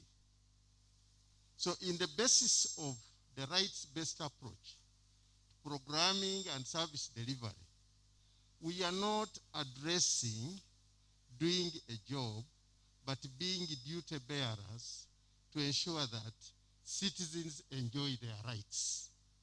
That's the approach. And in this one would ask, do we have key performance indicators to the extent that if someone doesn't meet this particular mark, most probably we know that there is no integrity and maybe there is a performance improvement plan or something like that. Do you have such to keep the habit of promoting integrity and being accountable going? Because it's one thing to have the policy, say something like that, but it's another thing for it to be inculcated and to have it continuously developed. Yes, as for the civil service, the first step, how do workers join the civil service? Are they the kind that wants the jobs? Maybe if you could. Do we have staff that join the civil service in order to have the jobs fit in them, or they fitting in the job? So the whole essence is once people join the service, they are not inducted, they are not oriented, then they don't know why they joined. Once people join a service, the institution itself must have a vision, must have a mission, must have goals to achieve. And therefore, an officer must have a schedule of duty, an officer must have outputs to deliver, and a performance agreement entered with the supervisors. That's how we are enforcing results in the local civil service. But you talked about, does that create integrity? Yes and no. Yes, because integrity is inbuilt. No, because we are dealing with a shift in paradigm. The people I'm managing today, joining civil service, are different from me. I studied from P1 to university on government sponsorship. I have a child who has studied from nursery to university on private sponsorship. So I'm dealing with a person who has come to harvest. And yet, I myself am a person who is paying back for the country, Uganda, for what it invested in me. So there is a paradigm shift. In that paradigm shift, that's why you are seeing the increasing demand for higher pay for the same outputs we have been delivering at a lower pay. In the essence, there is a conflict between the ideal and the idea of integrity vis-a-vis the demand of materialism. So we have an uphill task. But also now, you bring in a very interesting scenario. Nursery to primary government, nursery to primary private, but also the changing times. How then do we balance the two scenarios and ensure that we can continue to have a service delivered? We're not only looking at a job, we're not looking at a pay. But at the end of it all also, like you have said, whereas I'm asking for a good pay, yes, I have bills to pay at the end of the day. I am paying for someone from nursery to university. How do we balance up that? Yes, we are balancing. Today we are not talking about a civil service, which is a service-based institution alone. In the local government that I'm running a local government which is supposed to be a driver for transformation, a driver to grow the private sector vis-a-vis a civil service that is output-oriented in a view that you are also rewarded. Every year, we have the performer of the year. Every year, we give nominations that you are doing for people who are performing well. So every year, we are now running a reward and sanction system, which is sanctioning bad performance and therefore weeding out the people we think do not stand to the integrity scale. And also rewarding those who have stood to stand out of the crowd and be performers. Well, that is an interesting one. I expected a round of applause because we were used. You go to office and you're looking for officer so-and-so. His coat is there, but he's not in office. He went for lunch at midday. He comes back at 4, and by 5 he has to be leaving. That's the kind of civil service we were dealing with. Probably there is a paradigm shift that is happening. But let me come to you, Mr. Robinson Oduka, from the Directorate of Ethics and Integrity. First, Ugandans would like to know, what exactly is the directorate about? How much work have you done? Are you still working? Or because many people probably are used to hearing from you when there is a scandal or something happening, that's when we get to hear about the directorate. Tell us much more, probably before we talk about the whole idea of integrity. Well, thank you very much, moderator. The Directorate for Ethics and Integrity is one of the departments in the Ministry of the Presidency. And our primary function is the coordination role in the fight against corruption and rebuilding moral values and principles. The key word being coordination. So what we do at the moment is developing and reviewing anti-corruption legal framework and policies so that the implementers can have a better ground or the laws that are responsive to the problems. We set standards, of course, for inculcation of moral values and principles, because the problem we are facing now in the country of corruption is actually a symptom of a bigger problem, the corroded moral principles and values of our society. That is what we do. I was whispering to Marion here. I asked her if she remembered me. When I just joined the service, we worked together with her. She was a principal human resource officer. She was not yet this big in a position. We developed a training manual on good governance. Now you remember. So basically that's what we do. We coordinate national efforts against corruption and rebuilding of ethics and integrity. For those who don't know, our minister is Reverend Father Simon Lokodo, and permanent secretary is Mr. Alex Okelobwangaboy. All right. You talked about eroded moral values. We'll be talking about that in just briefly, because I need us to know, for you to be able to get a particular prescription, you need a diagnosis and get to know what exactly the problem is. But in a nutshell, for you, how do you think integrity is important in ensuring social accountability? Well, thank you very much. First of all, I am very happy that when I scanned the room, I saw from ambassadors' age coming down to people who probably have just started their service life. The term integrity is becoming something which is understood differently in this age bracket. Mm-hmm. If you sit with the older generation, they will talk about the good old days. And if you listen to them very carefully, you will really find values in them. If you sit with the younger generation, it is a different story. Their interest is a little bit different from the older generation, because them now is about get rich quick, deals here and there. So even the ones you recruit, they come with a very different mentality. So it is actually very important that we need to inculcate this culture of integrity in them. For a long time, of course, government has been investing in infrastructure development here and there and other things. But it's about time we invest now heavily on the moral infrastructure development,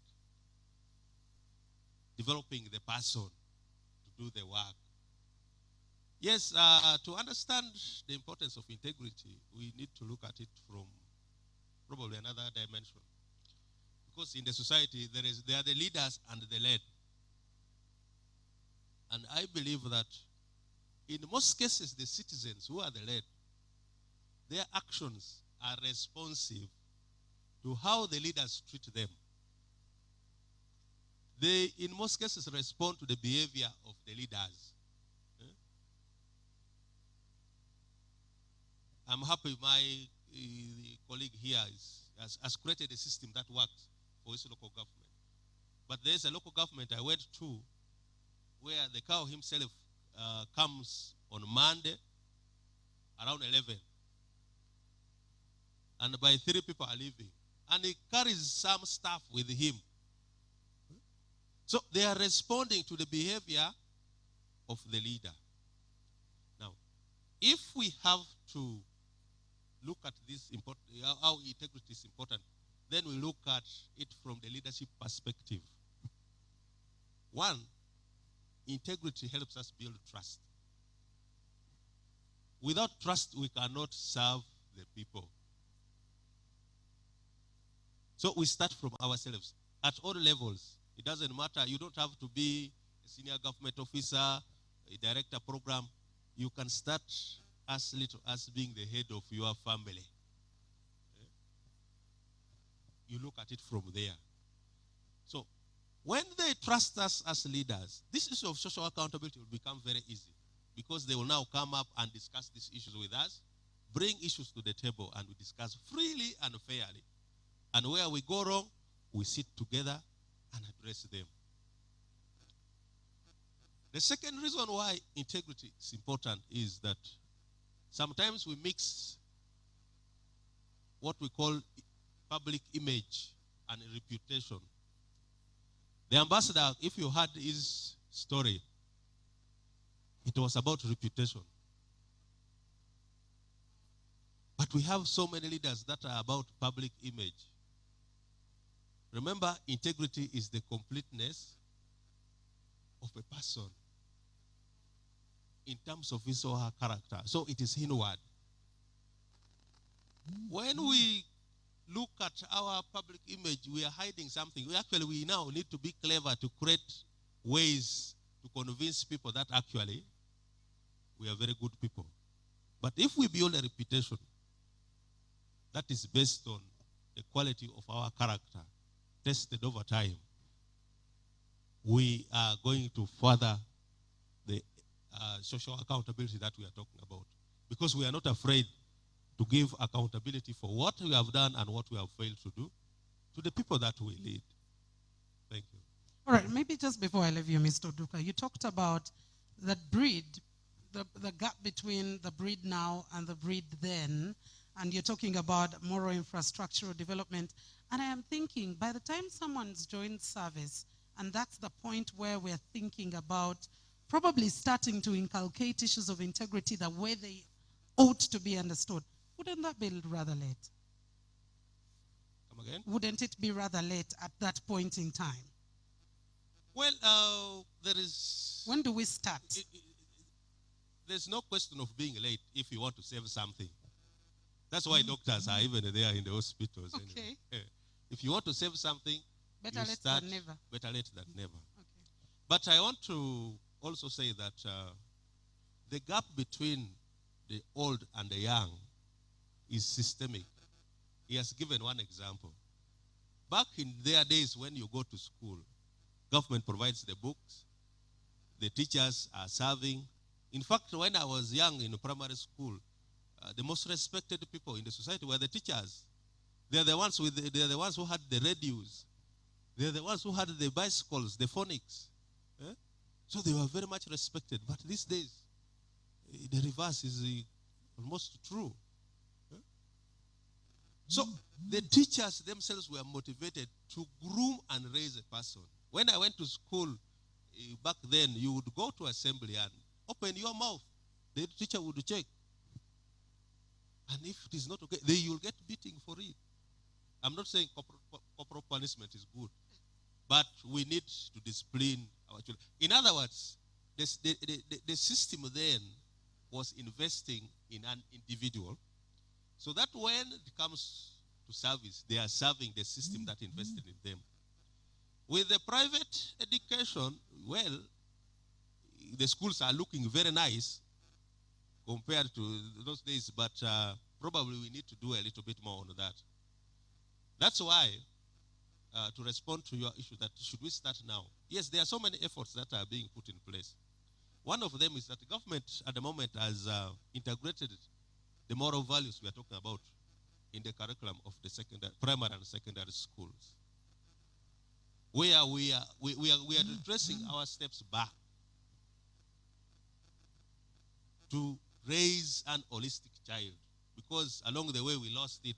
It was about first grade and who can get 4 or triple A or 4 A's. So we are retracing ourselves back. If you look at the planning framework of government has now changed.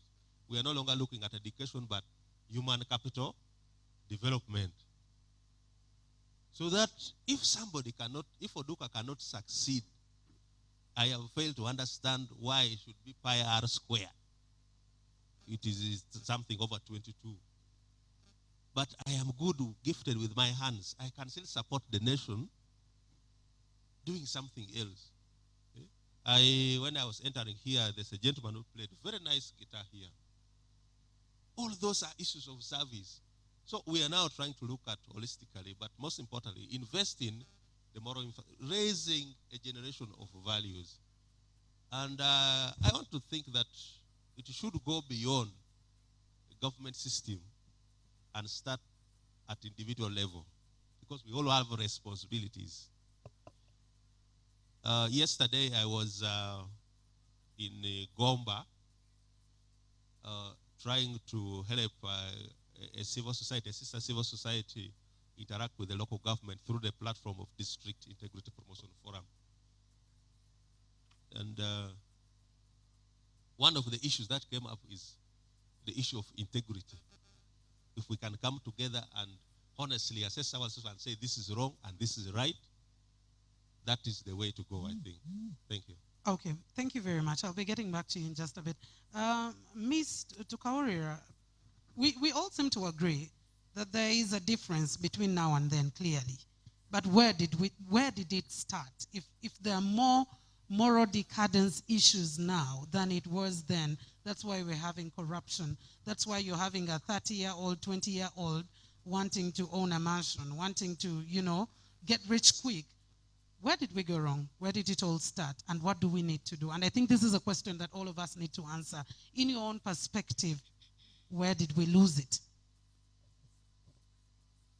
Thank you, moderator. I think it has been mentioned. I think we lost it that time when we prioritized what we were not supposed to prioritize. That time when it was about grades, it was about affluent schools, it was about someone's child. Back those days, parenting was a community role. It was the role of everybody. And if you did something wrong, a community member would not seek for your parents' permission to correct you. These days, we are enclosed in our gates, and even out in the communities, we're individuals and individualistic. Out from the community, we go into the schools. Our curriculum, my neighbor has just mentioned that things are now changing. We are looking at human development capital. The curriculum, for it to succeed in life, you had to be a university graduate, looking for a white-collar job, and for those that got those jobs are permanent and pensionable, and they're not willing to leave. And so that's where the problems start from. The young people are saying, you older people are not even dying, you are not even leaving your offices. And you don't even understand us. When you say we don't understand, you say, but we also don't understand you. You are so old-fashioned. You are in those days that do not exist. You are just outside, and you are not even living. What do you want us to do? So we lost it in the curriculum, in the grooming, in the programming, in the planning. I want to believe that we are getting back on board because some of the things that we are missing, we are getting patched.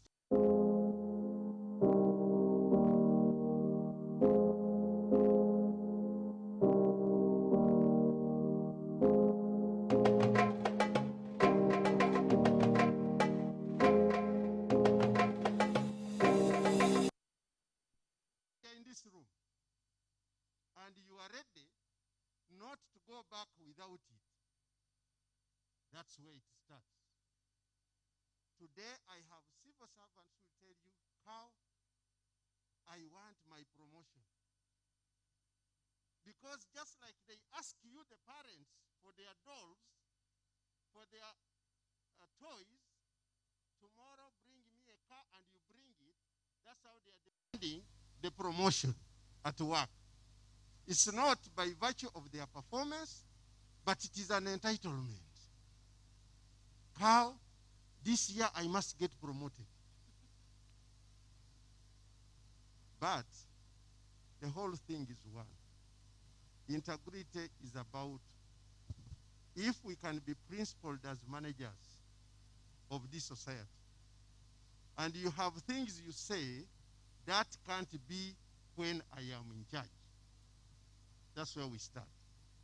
Two, if you say that can't be, have the discipline to show that you are not interested in getting what you have, just like you deny others to get what they want. And therefore you can together get the right thing at the right time for the right purpose. And thirdly, consistency.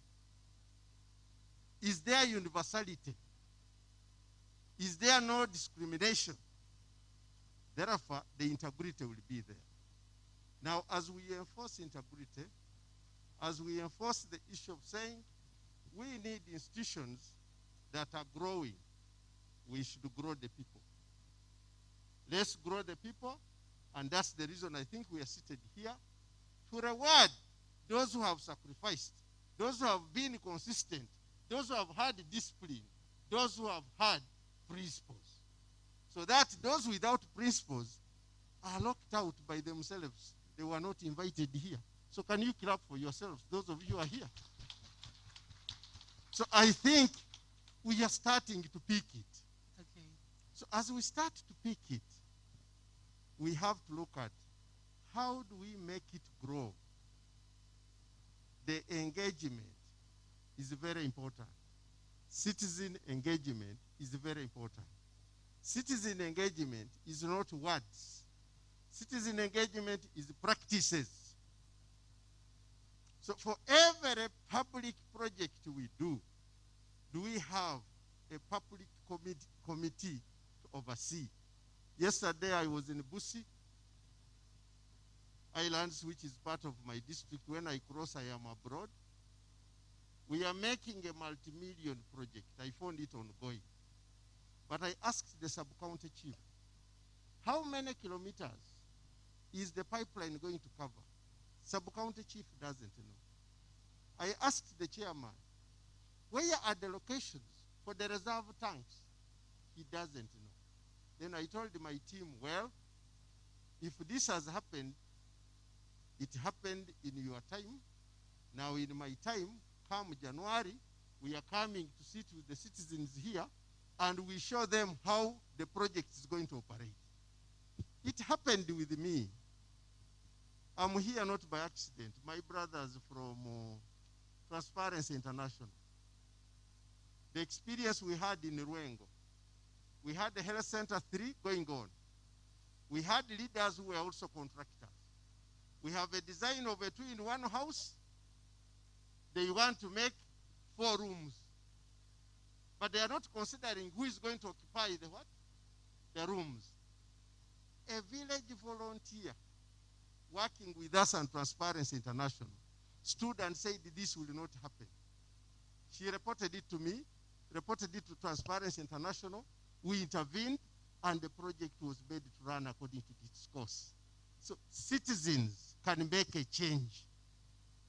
That's what I'm illustrating. With Action Aid, I was with Action Aid in Mubende, Action Aid Buwekula. We worked with the people making decisions. But there were these drunkards. You know, when you talk about drunkards, and for me, I have a different experience. People don't drink because they want to drink. They want to drink because they have lost hope. Where they pick hope is in the glass. And they are people who work very hard. He works and digs the whole of this house and is paid this container of booze. So with Action Aid, we gave hope to the drunkards, getting them a hoe. The first time they sell it, we get them another one. Finally, they start digging at their home and digging where they dig for booze.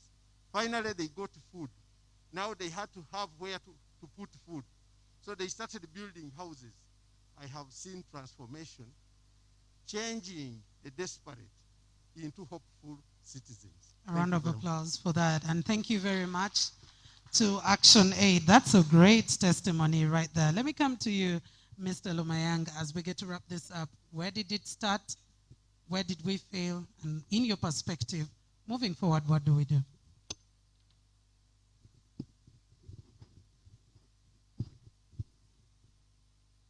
Yeah, I think what we need to do is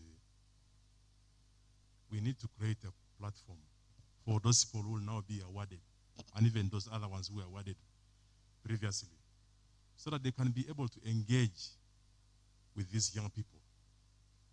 And there's also where we seem to be running away from our responsibility, where we say today's generation is deviated.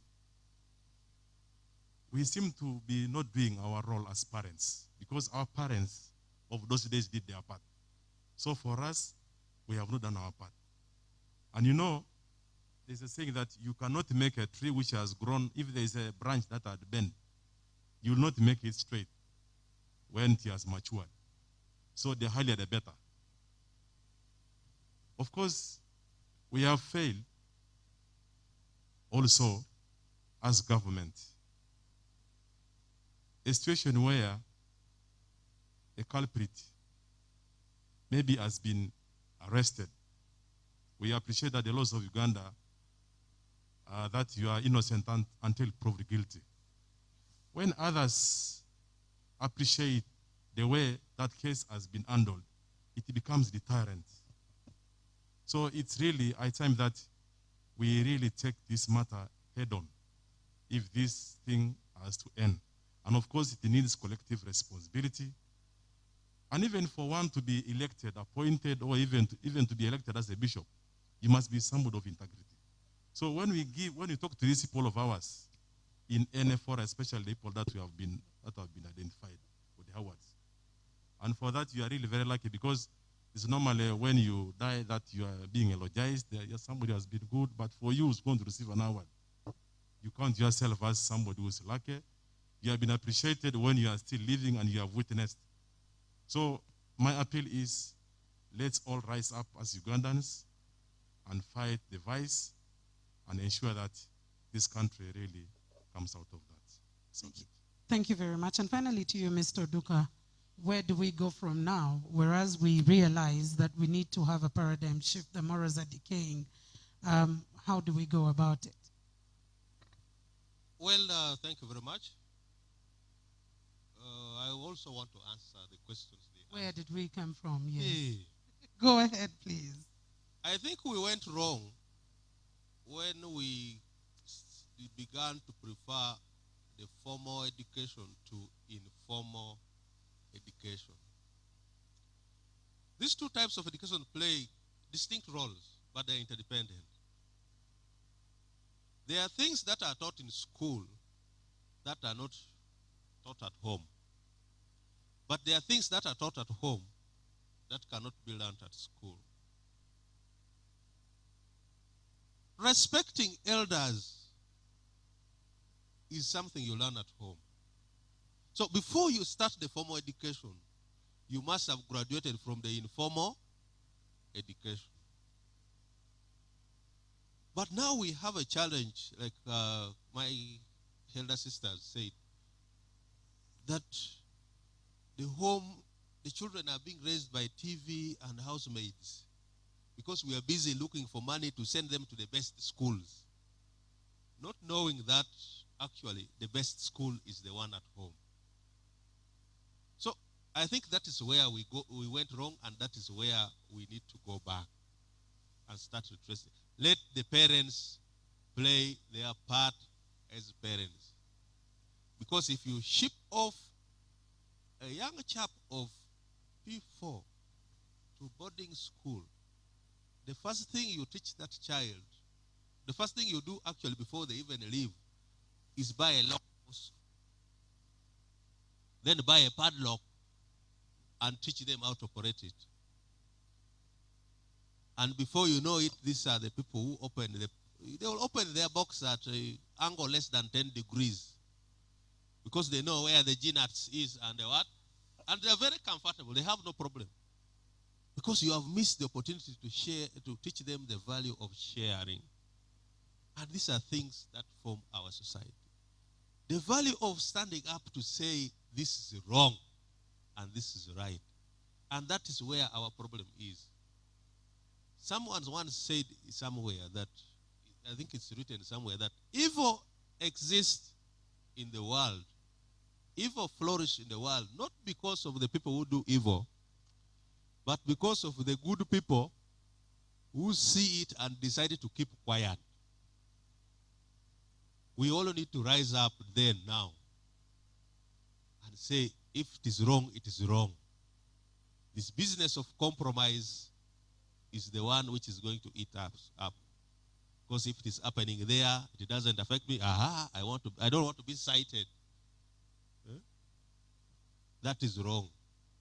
I am reading a book here which I find it interesting. Cow, I think you should. This book by John C. Maxwell. Somewhere there in chapter 3, there is a story of two women who are walking by the cemetery. And they happen to see a grave with a tombstone mark. Here lies John Smith, a great politician, and an honest husband. One lady turned to the other and said, isn't it awful that two people should be buried in one grave?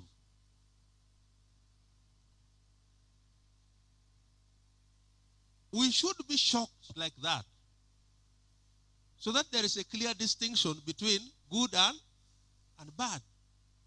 And what is bad should be considered bad by everyone. Yes.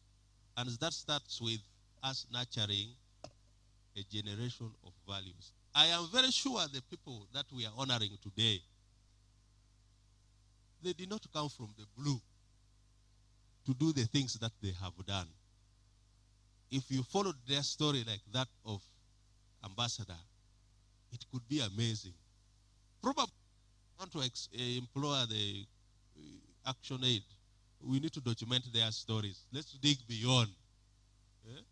Because it can inspire somebody outside there. There is somebody struggling to do good in a bad environment, and that is the motivation they need to move on.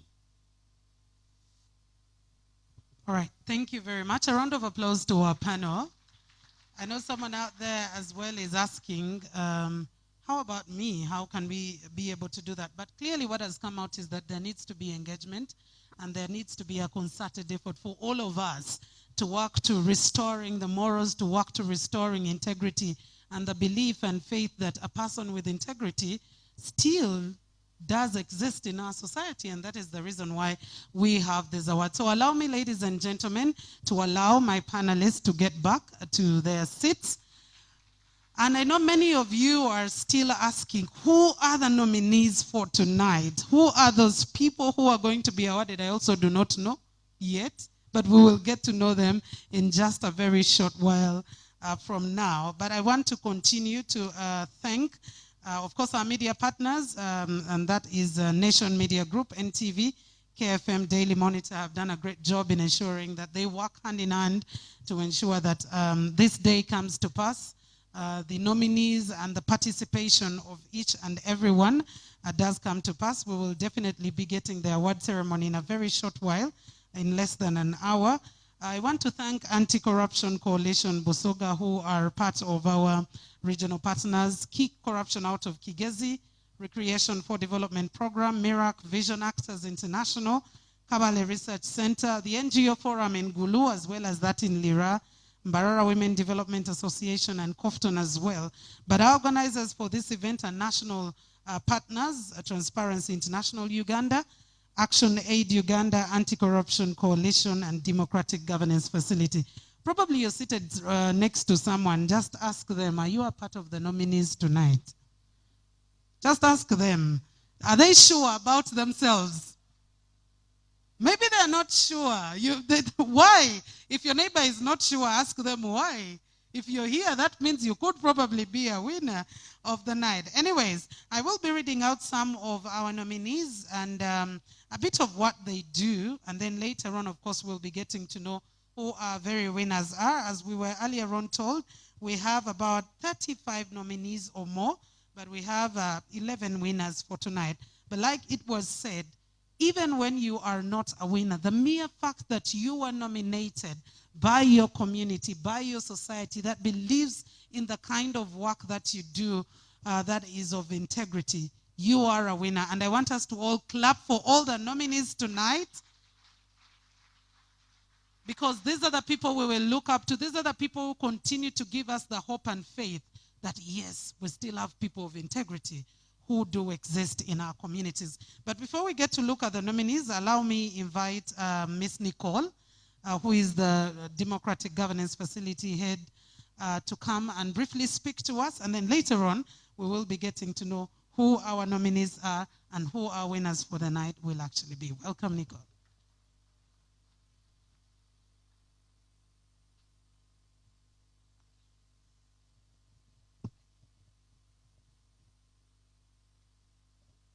Thank you so much. My name is Nicole Bierler. As mentioned, I'm the head of the Democratic Governance Facility. I'm so sorry that I disorganized the program, that I'm late. I was first stuck in another commitment and then stuck in the famous Kampala Jam. So I'm very happy that I'm still given the opportunity to address you. I'm sorry that I'm keeping you in suspense longer as to who will actually get the awards. So dear representatives of government institutions, civil society organizations, media representatives, distinguished guests, and of course, in particular, the nominees, ladies and gentlemen. So on behalf of the DGF, I would like to thank Action Aid Uganda, Transparency International, the Anti-Corruption Coalition Uganda, the Inspectorate of Government, and all the partners for organizing today's event. This year's event and the Anti-Corruption Week, moreover, is organized under the theme Promoting Social Accountability Through Active Citizenry. And this theme emphasizes the role of all of us, the general public, civil society organizations, civil servants, etc., to show courage and determination to promote integrity in public services, to tackle corruption, and to promote accountable governance in Uganda. The people, the citizens of Uganda, entrust public servants, political leaders, civil society, development practitioners, and others with the responsibility and resources to plan for and to provide adequate and quality services. The people hence also have an expectation as to responsive and accountable leadership.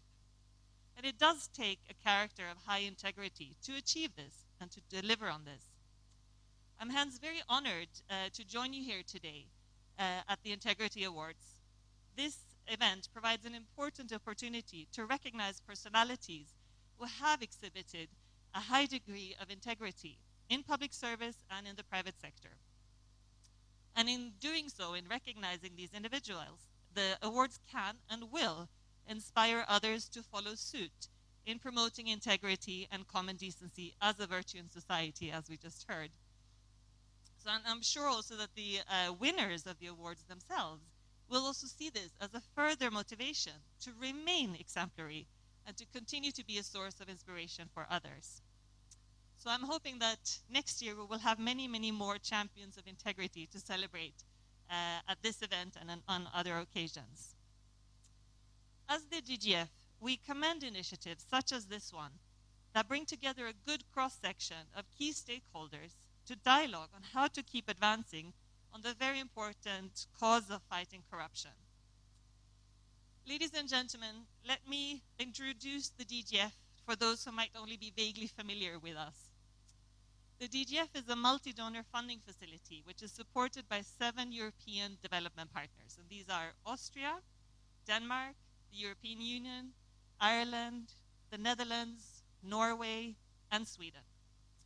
In coming together as the DGF, these 7 development partners contribute to the priorities of the government of Uganda as formulated in the Constitution, its Vision 2040, the respective national development plans, and of course also to our Global 2030 Agenda for Sustainable Development. The main objective of the DGF is to support efforts to strengthen democratization, improve the protection of human rights, increase access to justice, and encourage peaceful coexistence and improved accountability in Uganda. As we know, democratic governance is all about the relationships between citizens and the state. And for this reason, the DGF is partnering both with state and non-state institutions and organizations. So as such, I'm very happy to see that there are both state and non-state actors here today. Ladies and gentlemen, as the DGF, we are cognizant of the government's efforts to build a Uganda that every citizen can be proud of. Such efforts have included, among others, putting in place the necessary legal and policy framework to advance accountability and to address corruption.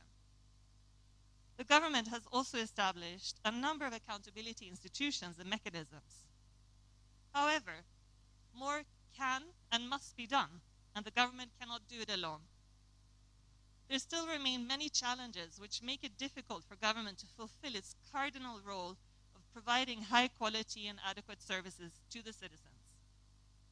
These challenges include, and I'm sure you recognize a lot of them from your own work and engagement, these challenges include, among others, low levels of citizen involvement in decision-making, inadequate accountability on the part of duty bearers to the people they lead, and a slow pace of democratization.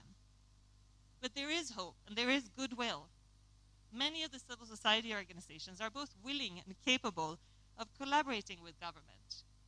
And by working together, state and non-state actors can do better in addressing these challenges for the benefit of the people of Uganda. Matthias Kigoye, yes. Second runner-up, Matthias Kigoye. There were 2, yeah. So Mr. Matthias Kigoya, please come. Oh, he's already here. All right, all right. So there was a tie. So we'll have a group photo. The organizers have a brilliant package that they have said all of us don't have to see probably at some point in time. But we will have a group photo, and I request Milton Kato as well. For our front seaters, we will still stand, but right at the back of the winners right here. And we have a group photo, so we need this memorable event. And because of social distance, we can't all be in the same frame. So we will just take our photo, and then our winner will give us a few words. Okay, the cameraman is right in front. Thank you so much.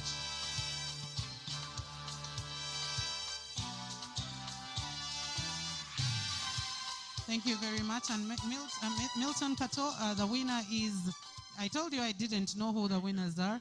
So Kaja Ruheza, kindly, if you can.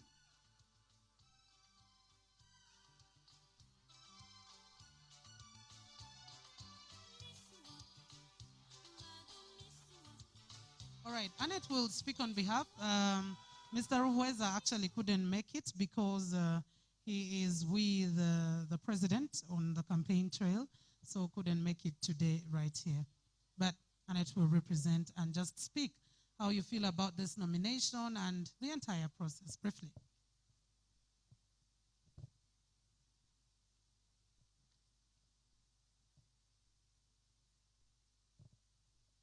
Yeah, thank you, MC.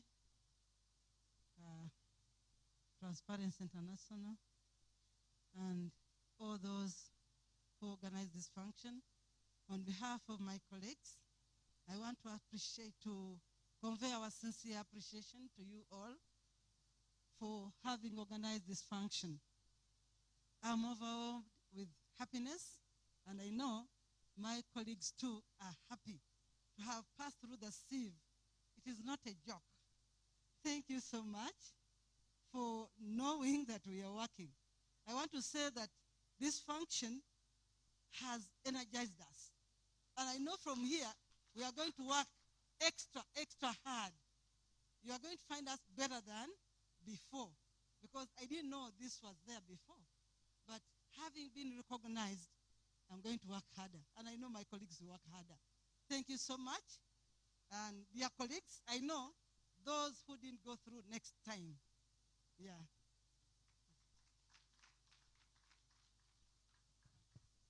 Thank you very much to the winners. Everyone is a winner, like I did say. There are no losers in this category. Thank you for all the work. For our next category, like Eva told us, we had 3 categories, although 2 had a tie. Allow me invite Mr. Robinson Oduka to take us through who the runners-up are and who our winner for the night is. Mr. Robinson Oduka, welcome. Let's welcome him.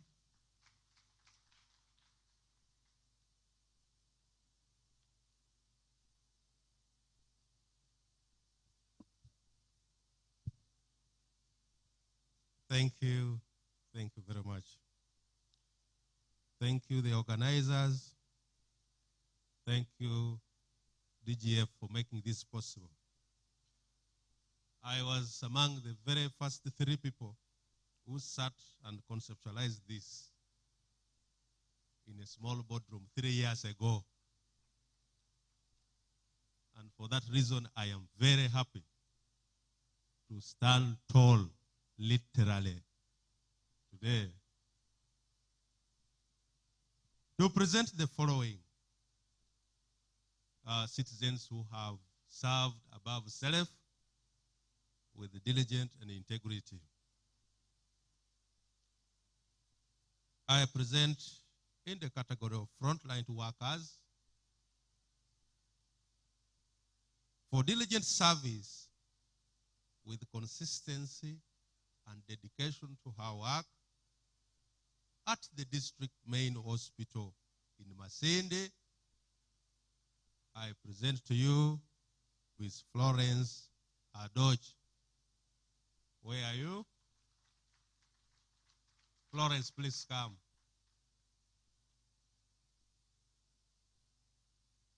I joked somewhere that in a few years to come, we'll look back at our pictures and we'll start guessing because of these masks. Probably we need to create space and take one without the mask. The citizens need to know that there are still people we can count on. For her dedicated service, being at the front in fighting HIV, especially mother-to-child transmission, since 2000, this lady has been very instrumental in fighting against Ebola. She's reliable. If you ask anybody, will say she's a person of integrity. She's dedicated to her service and sees the face of the health department of Kabarole district. I present to you Dr. Kemigabo Catherine. Doctor, where are you? Ah, there she comes. Wow. Thank you very much.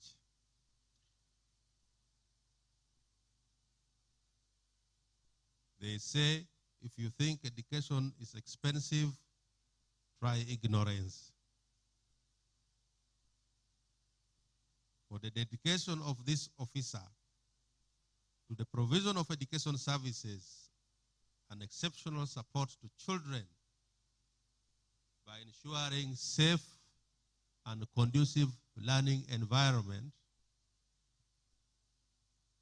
in Mbale, I present to you the head teacher of Makai Primary School, Lydia Nabolobi.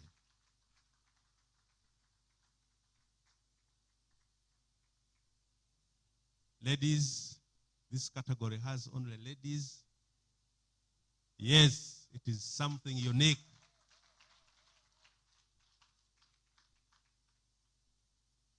Gentlemen, we need to pull up our socks for gender balancing. These are our winners for tonight. Clap for them. And because of all of them are winners, I would say the second runner-up winner for today is Miss Lydia Nabolobi. Our first runner-up for today in the category of frontline workers is Dr. Kemegebo Catherine. And the day gets taken by Florence Adoch. Thank you very much for your dedicated service.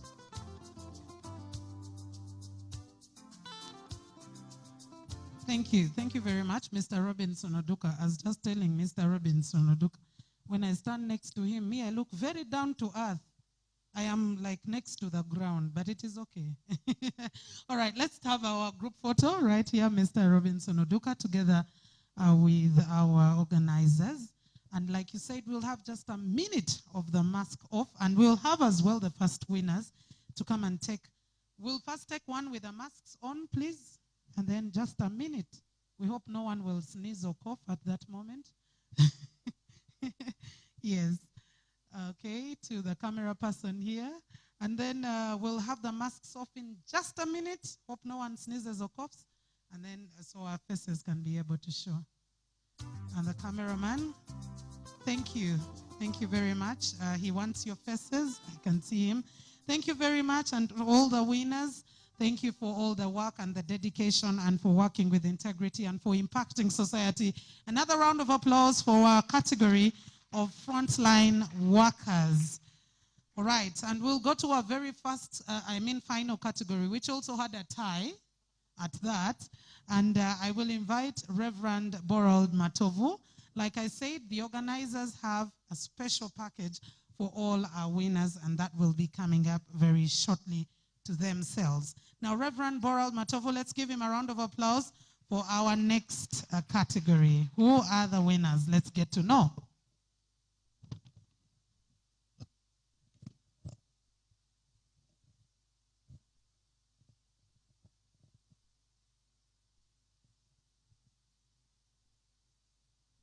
I'm also honored to read this list of community members who have been actually appreciated by those communities where they come from.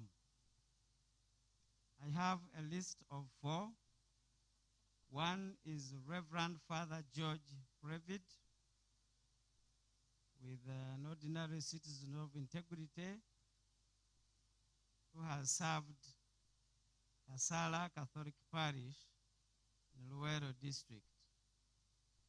Father George has supported vulnerable children and philanthropy giver. Father George has supported the youth in creating employment for them and has supported a number of them around his place of work to acquire motorcycles for border undertaking, and other youths have benefited from agricultural inputs given out by him. In general, Father George is naturally so kind and passionate in supporting the helpless without expecting returns out of his investments on people's livelihoods. The second one is the Right Reverend Engineer George Bagamhunda, who is a bishop of Chigezi of Kabale.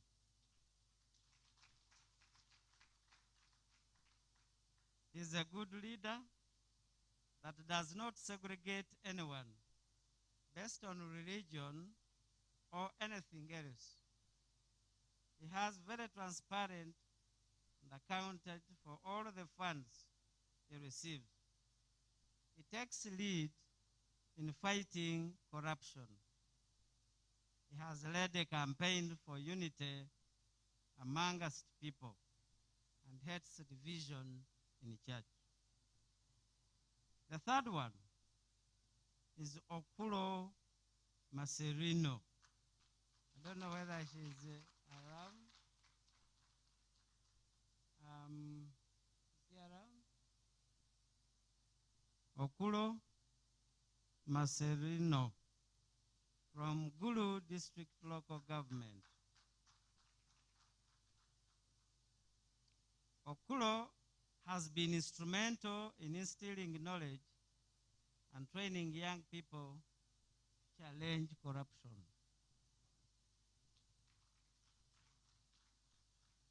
The third one, the fourth one, is Dr. Nathaniel Walemba from Rwenzori International University. Don't know whether he's around.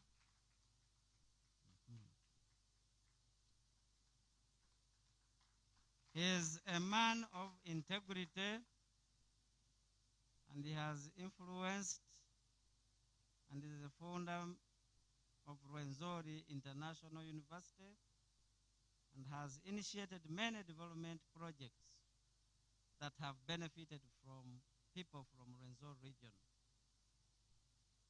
So the second run-up is Dr. Nathaniel Walemba, and the first run-up winner is the Right Reverend Engineer George Bagamhunda. And the winner is Reverend Father George Previtt. Thank you very much. There was a tie with Mr. In this category, I believe there was a tie as well. With the? Yes. The second runner-up at 2.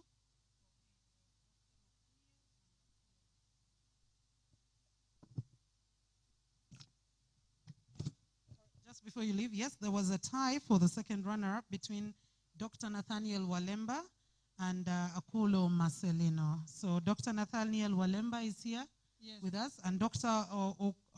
Akulo Marcelino is right here with us. And the first runner-up being Right Reverend Engineer George Bagamhunda is right here with us, represented. And the winner is Reverend Father George Prevaid, the winner for this category. Reverend Father George, who also seems not to be here with us today.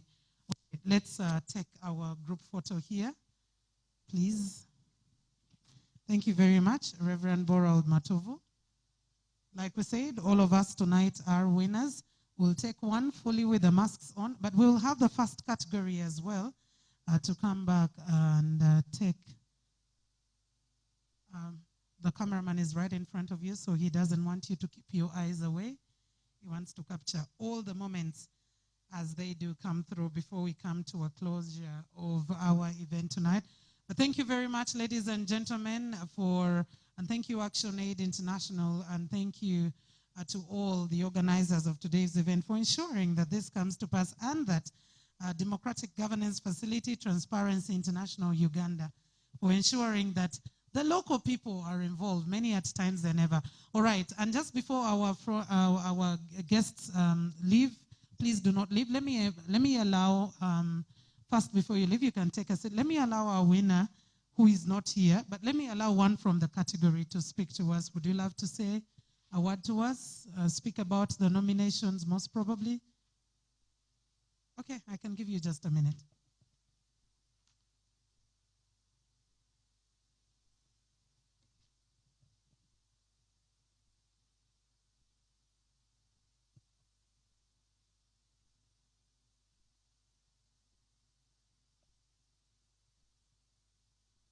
On behalf of my colleagues, I would like to thank ActionAid Uganda for selecting us. We know when we are performing in the field there, some of us did not know that there were people watching on us. But today, we have come to know. And we would like to thank you, and we would like to request that this exercise should continue. Because this event here will get its impacts on the people who are still in the field. They will work hard so that next year they also come and celebrate these days with you. Thank you very much.